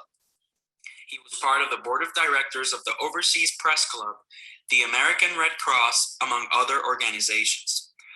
Throughout his career, he received many recognitions and awards, including being selected by the Public Relations Society of America to be a part of the College of Fellows, one of the most prestigious awards for a PR professional to receive. Valverde was a close friend to Edward Bernays, and both founding fathers collaborated in diverse projects in the island, including diverse didactic activities for PR students and participation in the Excel Awards from the Puerto Rico Public Relations Association.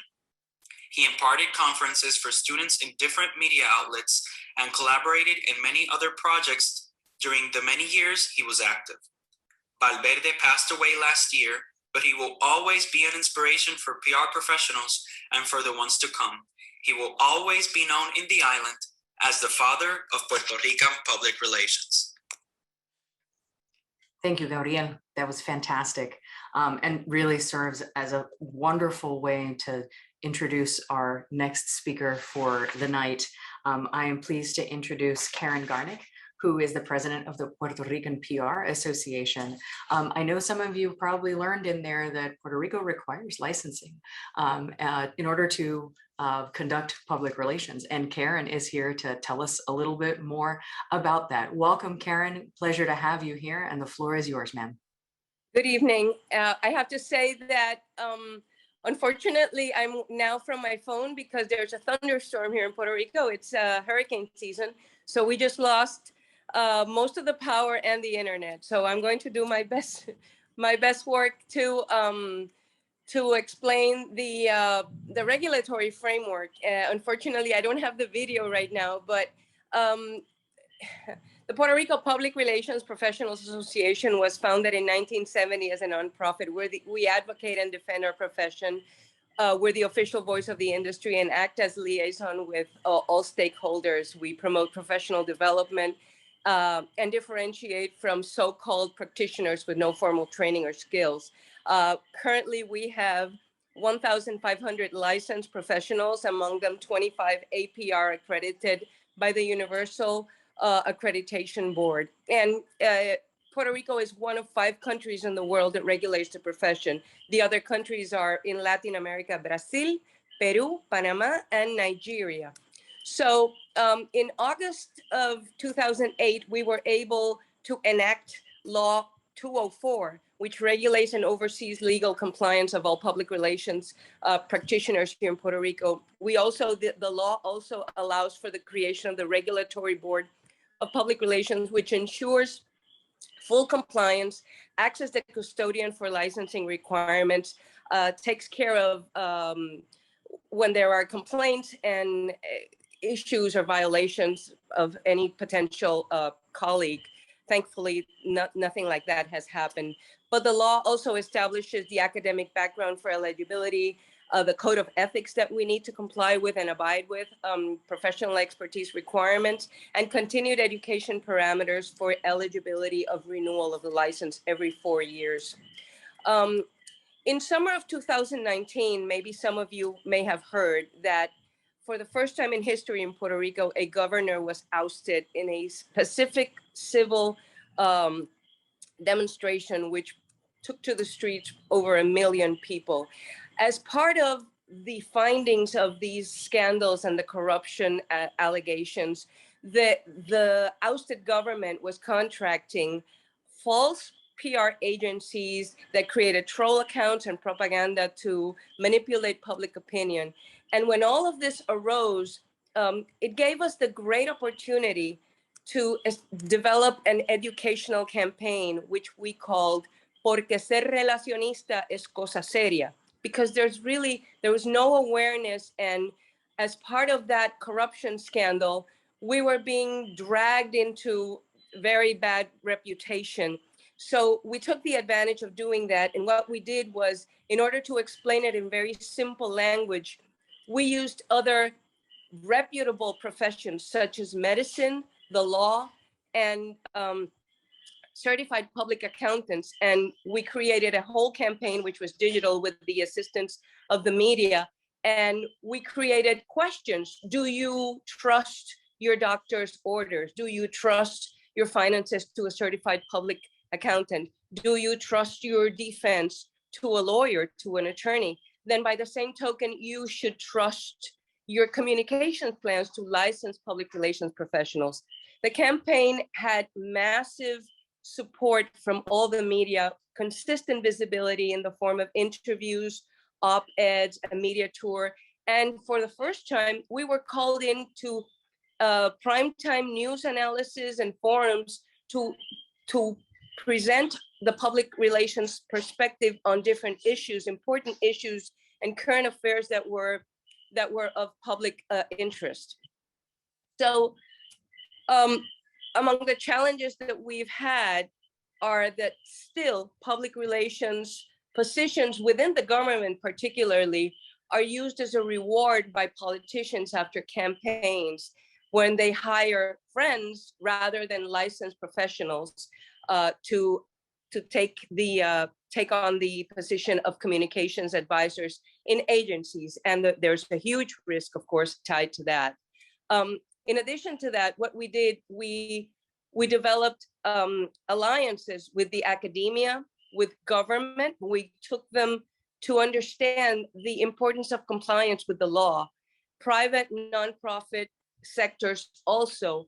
And I'm proud to say that now, not just the government, but also the private enterprise and business entities such as the Chamber of Commerce, the Manufacturing Association, the Retailers Association, the Human Resources Management Association, they have now modified job descriptions for hiring processes, and they're requiring that PR, public relations professionals, have a license in place and that they operate within the parameters of the law. So in conclusion, to be very brief, have we been successful? Have we accomplished what we set ourselves out to do? We're in the process. We have been advocating for law compliance since we started the campaign. Many unlicensed professionals have sought to do the right thing and are now renewing or applying for the law. Public and private sectors, like I said, are making it a requirement for public relations practitioners in their organizations to have their license in place. And Puerto Rico is now being called to assist other jurisdictions, particularly in Latin America, who are interested in establishing regulatory frameworks. So we're advising other colleagues in other countries as to how the process needs to be done. While there is still much to do, we're on the right path and we're making headway, not just for existing public relations practitioners in Puerto Rico and other countries that are interested, but also for those soon-to-be practitioners are the new generation of public relations professionals that will soon join our ranks. So thank you very much. Karen, I know we are professionals. We are pros at what we do, which means that when there's a live event and the power goes out and things kind of go sideways, we are ready to jump in. Are you in a position to do Q&A? I can jump in for you if you prefer. I think so. I mean, I'm working from my phone, and if you hear a weird sound, they're called coquis. They're little frogs. They're the national frog, the national symbol of Puerto Rico, and they go coqui, coqui, coqui. So if you listen to that, don't be afraid. It's part of our national culture. We're gonna break into coqui, cantaba la rana.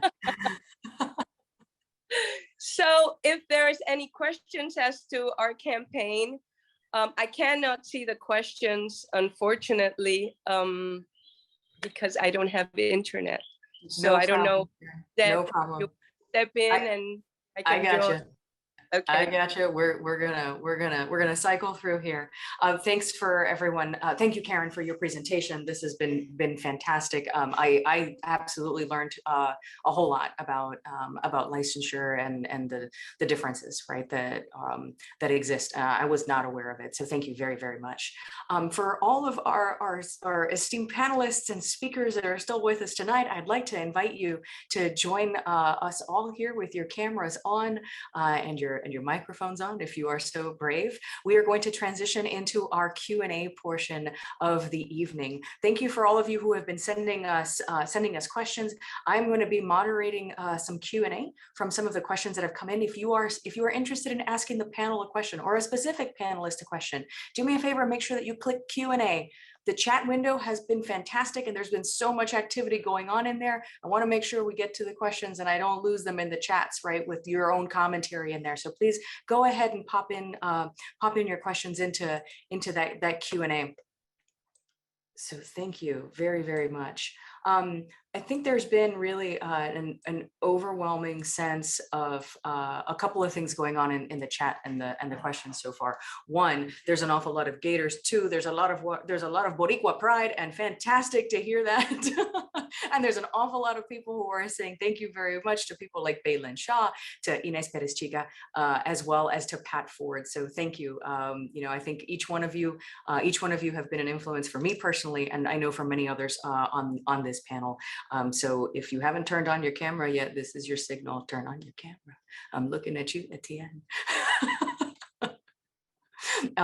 And with that, thank you. And with that, we're going to go ahead and kick off a couple of questions here.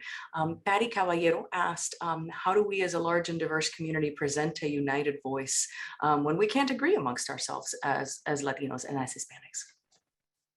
I think the most important is unity, is being available.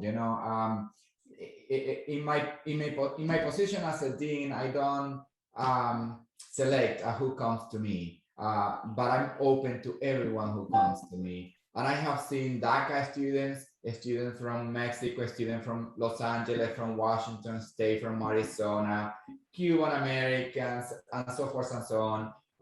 So I think it's being available. And being sure that, as Pepe said, we need to be grateful for all the advices and all the support we have received. So we need to get back to by providing that also to others. Well, and I also think that Pepe said something during our panel about we're not a monolithic group, and I don't think we should expect to be, but I think we should all respect our differences and move forward and find common ground. And I also think, last summer we found unrest in this country, and I think we have differences even amongst other people of color, but as a block, we can accomplish a lot more. And so we should lock hands with our African American and Asian American communities to help move and have progress.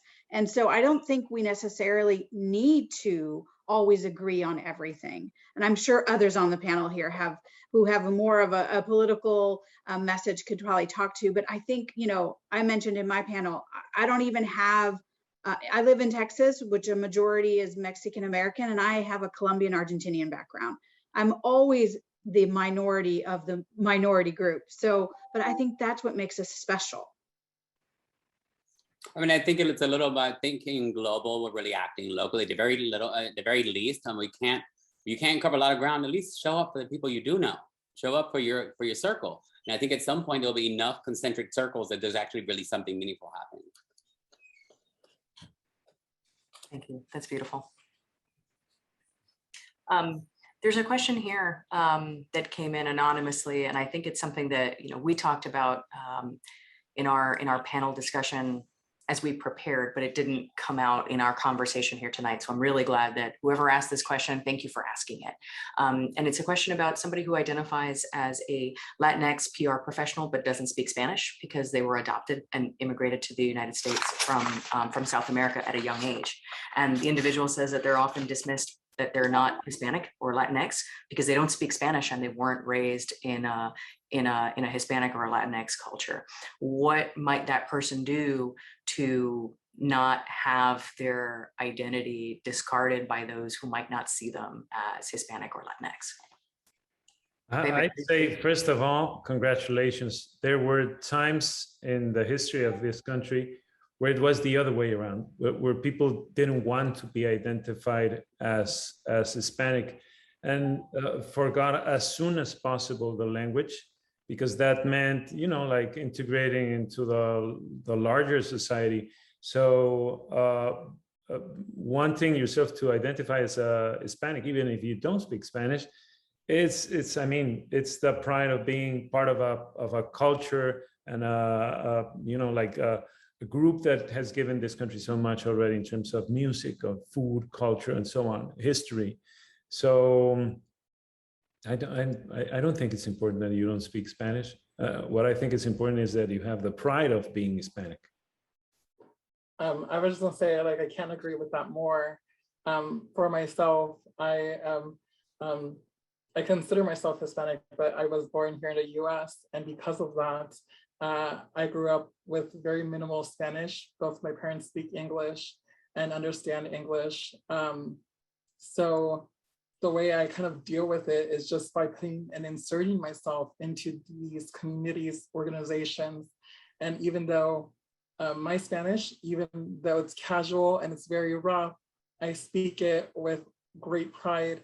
And when I couldn't speak any Spanish, I would just be part of these organizations and do everything in English and just little by little learn, which is why it takes great pride in the initiatives and campaigns I'm doing now with Experian, because I've seen other people who have done Hispanic campaigns and do them wrong. So just by putting in my time, I feel like I've done a great service to myself and giving me that opportunity. So just continue to do that, show up for yourself, show up for the community that you want, and don't worry about the other voices. Don't stress out about that. It's not about them, it's about you. So that's all I would say. And I would actually add that you bring that this individual brings something to the table in a PR industry that is really important, because there is a generation of Hispanics that don't speak Spanish, right? And so you are bringing that element when an ad campaign, a PR campaign is being brought and decided on for a generation that doesn't speak Spanish. And so when you're at the table, you're the audience that they're trying to develop a campaign to. So what is it you want to hear? How do you want a Spanglish? Do you want it to be in English and in Spanish? You're the audience. So tell, you're the voice. And so you bring something to the table that the rest of us maybe don't, because we're of a generation, or whether we're first or second generation, or we speak two languages where, we may have a preference that, we say, oh, it should always be in English and in Spanish. Well, you're of a different generation. You bring a different voice to that table. And that's very important for an ad campaign, a PR campaign, a marketing strategy. So let that be known and use that to your advantage. I agree with Amelia and also with Alexis. Language is important, but most important is your roots. So we need to keep on learning about our roots. Even myself, that I came from Venezuela 27 years ago, in fact, when I came to the States is when I became more interested in the rest of the continent. I'm more interested in the different nuances of the Hispanic community in the USA. So language is important, and in fact, a language can be learned even later age. But our roots and the roots of the Hispanic community or the Latino community in the United States is really important also to keep really close to ourselves. On the same kind of topic about language, we've got another question. What is your opinion of Spanglish? As we all kind of chuckle. It's a way to communicate for certain generation. I think it is valid. And again, as we all have explained, we are not monolithic. And in fact, we have many generations to come that are going to introduce new way of communication, a new way of being. So I think we need to embrace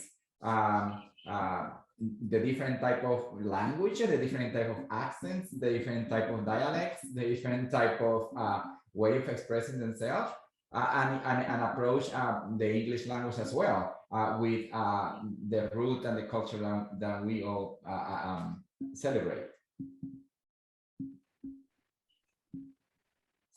I'll just say I love Spanglish. Bailing Shaw just put Spanish is muy awesome, and I can't agree more. It's something I use now in my campaign with Experian, and I call it a bilingual campaign, but it really should be called a trilingual campaign because Spanglish is an art form in itself, and I use it way too often. I love hearing that, but my parents would say, no way. That's exactly what mine would say. So, you know, I was just going to say that, you know, I think Spanglish is definitely accepted by many, but, you know, there are some that don't accept it. So I think you just have to be open to the possibility of living in both worlds, you know, the one that will accept the Spanglish and be totally fine.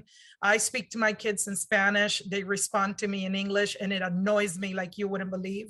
But hey, it's the reality. And then I claim and I tell them, I don't understand what you're saying. So unless you speak to me in Spanish back, we're not having this discussion. And so, you know, it's my way of trying to keep the culture alive with them.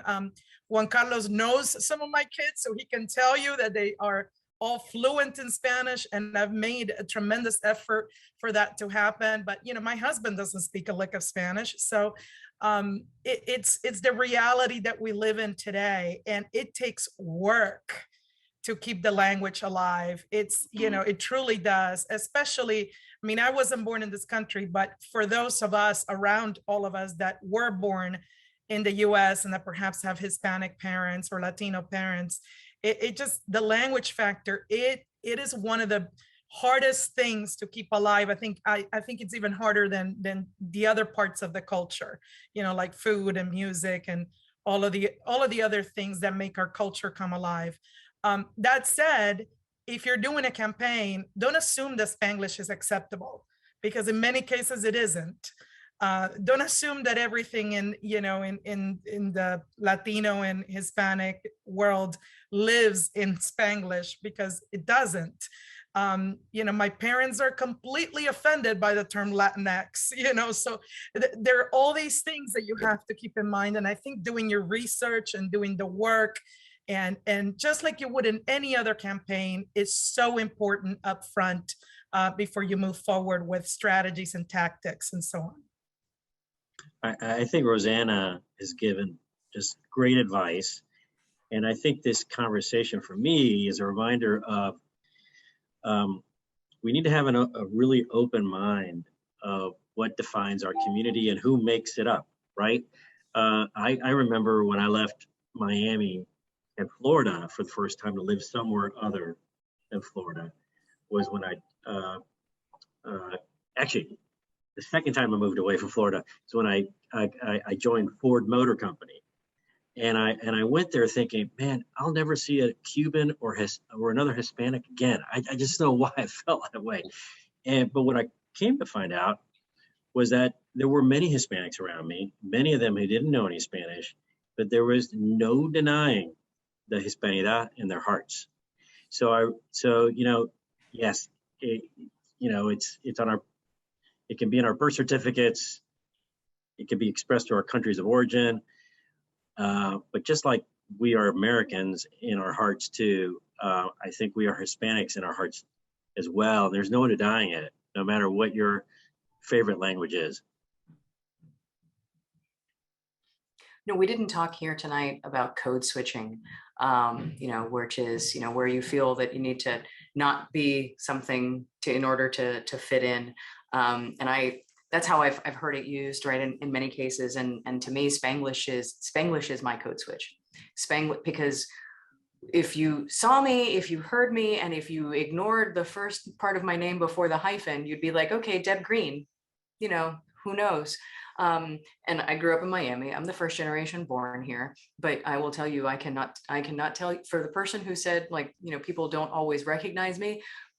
Listen, I speak it, I lived it, and people still don't see me as that because I married a guy who is not Hispanic, right? His last name Green. So what does that mean? Does that mean that I'm not? No, it means I still am. It means that it might be a little harder for folks to see me and recognize me, but it still means that when I speak in Spanglish and I say, oye, mijo, listen, and go into something else, it's just a little bit of a cue, right? That's just like, oh, wait, no, she's one of us. Hold on. So, and that's for me for language. It doesn't have to be that for others, but for me, Spanglish is just a little bit of a code switch to give the cue that, like, hey, I'm part of this community, even if you didn't immediately see me as it. That's what Spanglish is to me. Karen, I see your hand raised. Do you want to join the conversation? Yes, I'm going to try. I was going to say that, you know, it depends on who you're talking to. Sometimes terms in English are easier in business rather than in Spanish. And for us Puerto Ricans, we're a blend. I mean, we're part of the United States, but we value and we embrace and we treasure our culture. But in my personal experience, just like you, Deb, my father is first generation of Russian immigrants. He was born in Argentina. My mother is Puerto Rican. I was born in Las Vegas, but I grew up in Puerto Rico. And when I went to grad school in DC, people would look at me and they would say, oh, but you don't look Puerto Rican. And I would say, no, I left the knife back at the bandana and the bandana back at the dorm. And, you know, it would freak them out. But I mean, it's funny, but I used to do that because out of sarcasm, because back in the day, there was that thing whereas today, in today's generations, you see the fusion of cultures and younger generations embrace both languages. So, you know, it depends who you're talking to. So long as the younger people are willing to learn both languages and use them at will, I think it's great. It really is. Thank you, Karen. I love hearing these stories, Deb, from you and Karen, because, you know, I'm in the same boat. I grew up, you know, my parents were immigrants, but I was born in California and don't have an accent. And, you know, I married also an American who doesn't speak a lick of Spanish. And my kids came out, you know, on the wider side, and they speak Spanish. And a lot of times my husband will say, you know, you're my secret weapon. And I'm like, what are you talking about? Because, you know, when we lived in San Diego, this is before 9/11, we used to travel to Tijuana all the time to eat and have dinner. And he'd always say, what are they saying? Are they cheating us? Or they would, you know, say it in Spanish or wherever we would go. And he would say, take your Spanish and use it, you know. And when we traveled in South America, and people would stare at me and like, wow, she speaks Spanish? Where did that come from? You know, and sometimes I would code switch. You know, for me, it was a little bit not mijo. It was like, che, ¿qué te pasa? Vamos. You know, I used a little bit of a different language, you know, because of the Argentinian. But it's interesting to hear that other people have that same situation. So. And the reality is that we don't know the background of people. For instance, my current partner, he was born in Washington State, in the east part of the state, from farm workers, you know, from Mexico. His Spanish, like Alexis said, is casual. It's very rough, but he sings Selena. He dances Selena. He eats and cooks really good Mexican food and knows indigenous culture. You know, he studied anthropology to learn more about indigeneity, both in Mexico and also in the USA. But again, you never know. And sometimes, and I think Amelia said that, sometimes these individuals bring to the table something unique, even though their language is casual, or the Spanish language is casual. Thank you. Or you marry somebody that doesn't speak any Spanish or has any Spanish background, as you know, Oscar knows quite well too, and at the end is nodding. And they make the best frijoles colorados that exist in this world just because your grandmother taught them how to do it and you don't cook at all. But hey, you know, it works. It works out. I feel seen. I feel seen, Rosanna. I feel seen. Yeah, there you go. I know Oscar's feel seen too.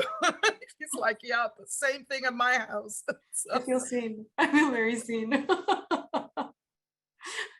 Thank you all. Thank you so much to everyone who's participated here during the Q&A tonight. I recognize we're a little over on our time for here, so I want to be respectful for our panelists, for all of those who have participated, as well as for those of you who are participating. So my greatest thanks to all of you tonight. I am going to pass the baton back to Jenny, who is going to close out today's event. Thank you, Jenny.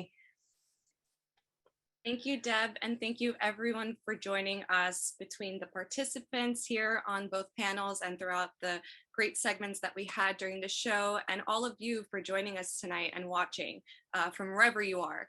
I wanted to once again thank our sponsors for making this show possible: L3 Harris, Johnson & Johnson, Hunter, the Bonnie Yablon Foundation, Grady College of Journalism and Mass Communications, Department of Advertising and Public Relations at the University of Georgia, Page, the Arthur W. Page Center for Integrity in Public Communication, George Washington University Strategic Public Relations, the Latino Communications Institute at Cal State Fullerton, West Texas A&M University, Pat Ford, the Stevens Group, Renew PR, the Puerto Rican Public Relations Association, Compro, Pemberton, PRCA Americas, MUCRAC, and the Diversity Action Alliance. Thanks again, everyone, and have a great night.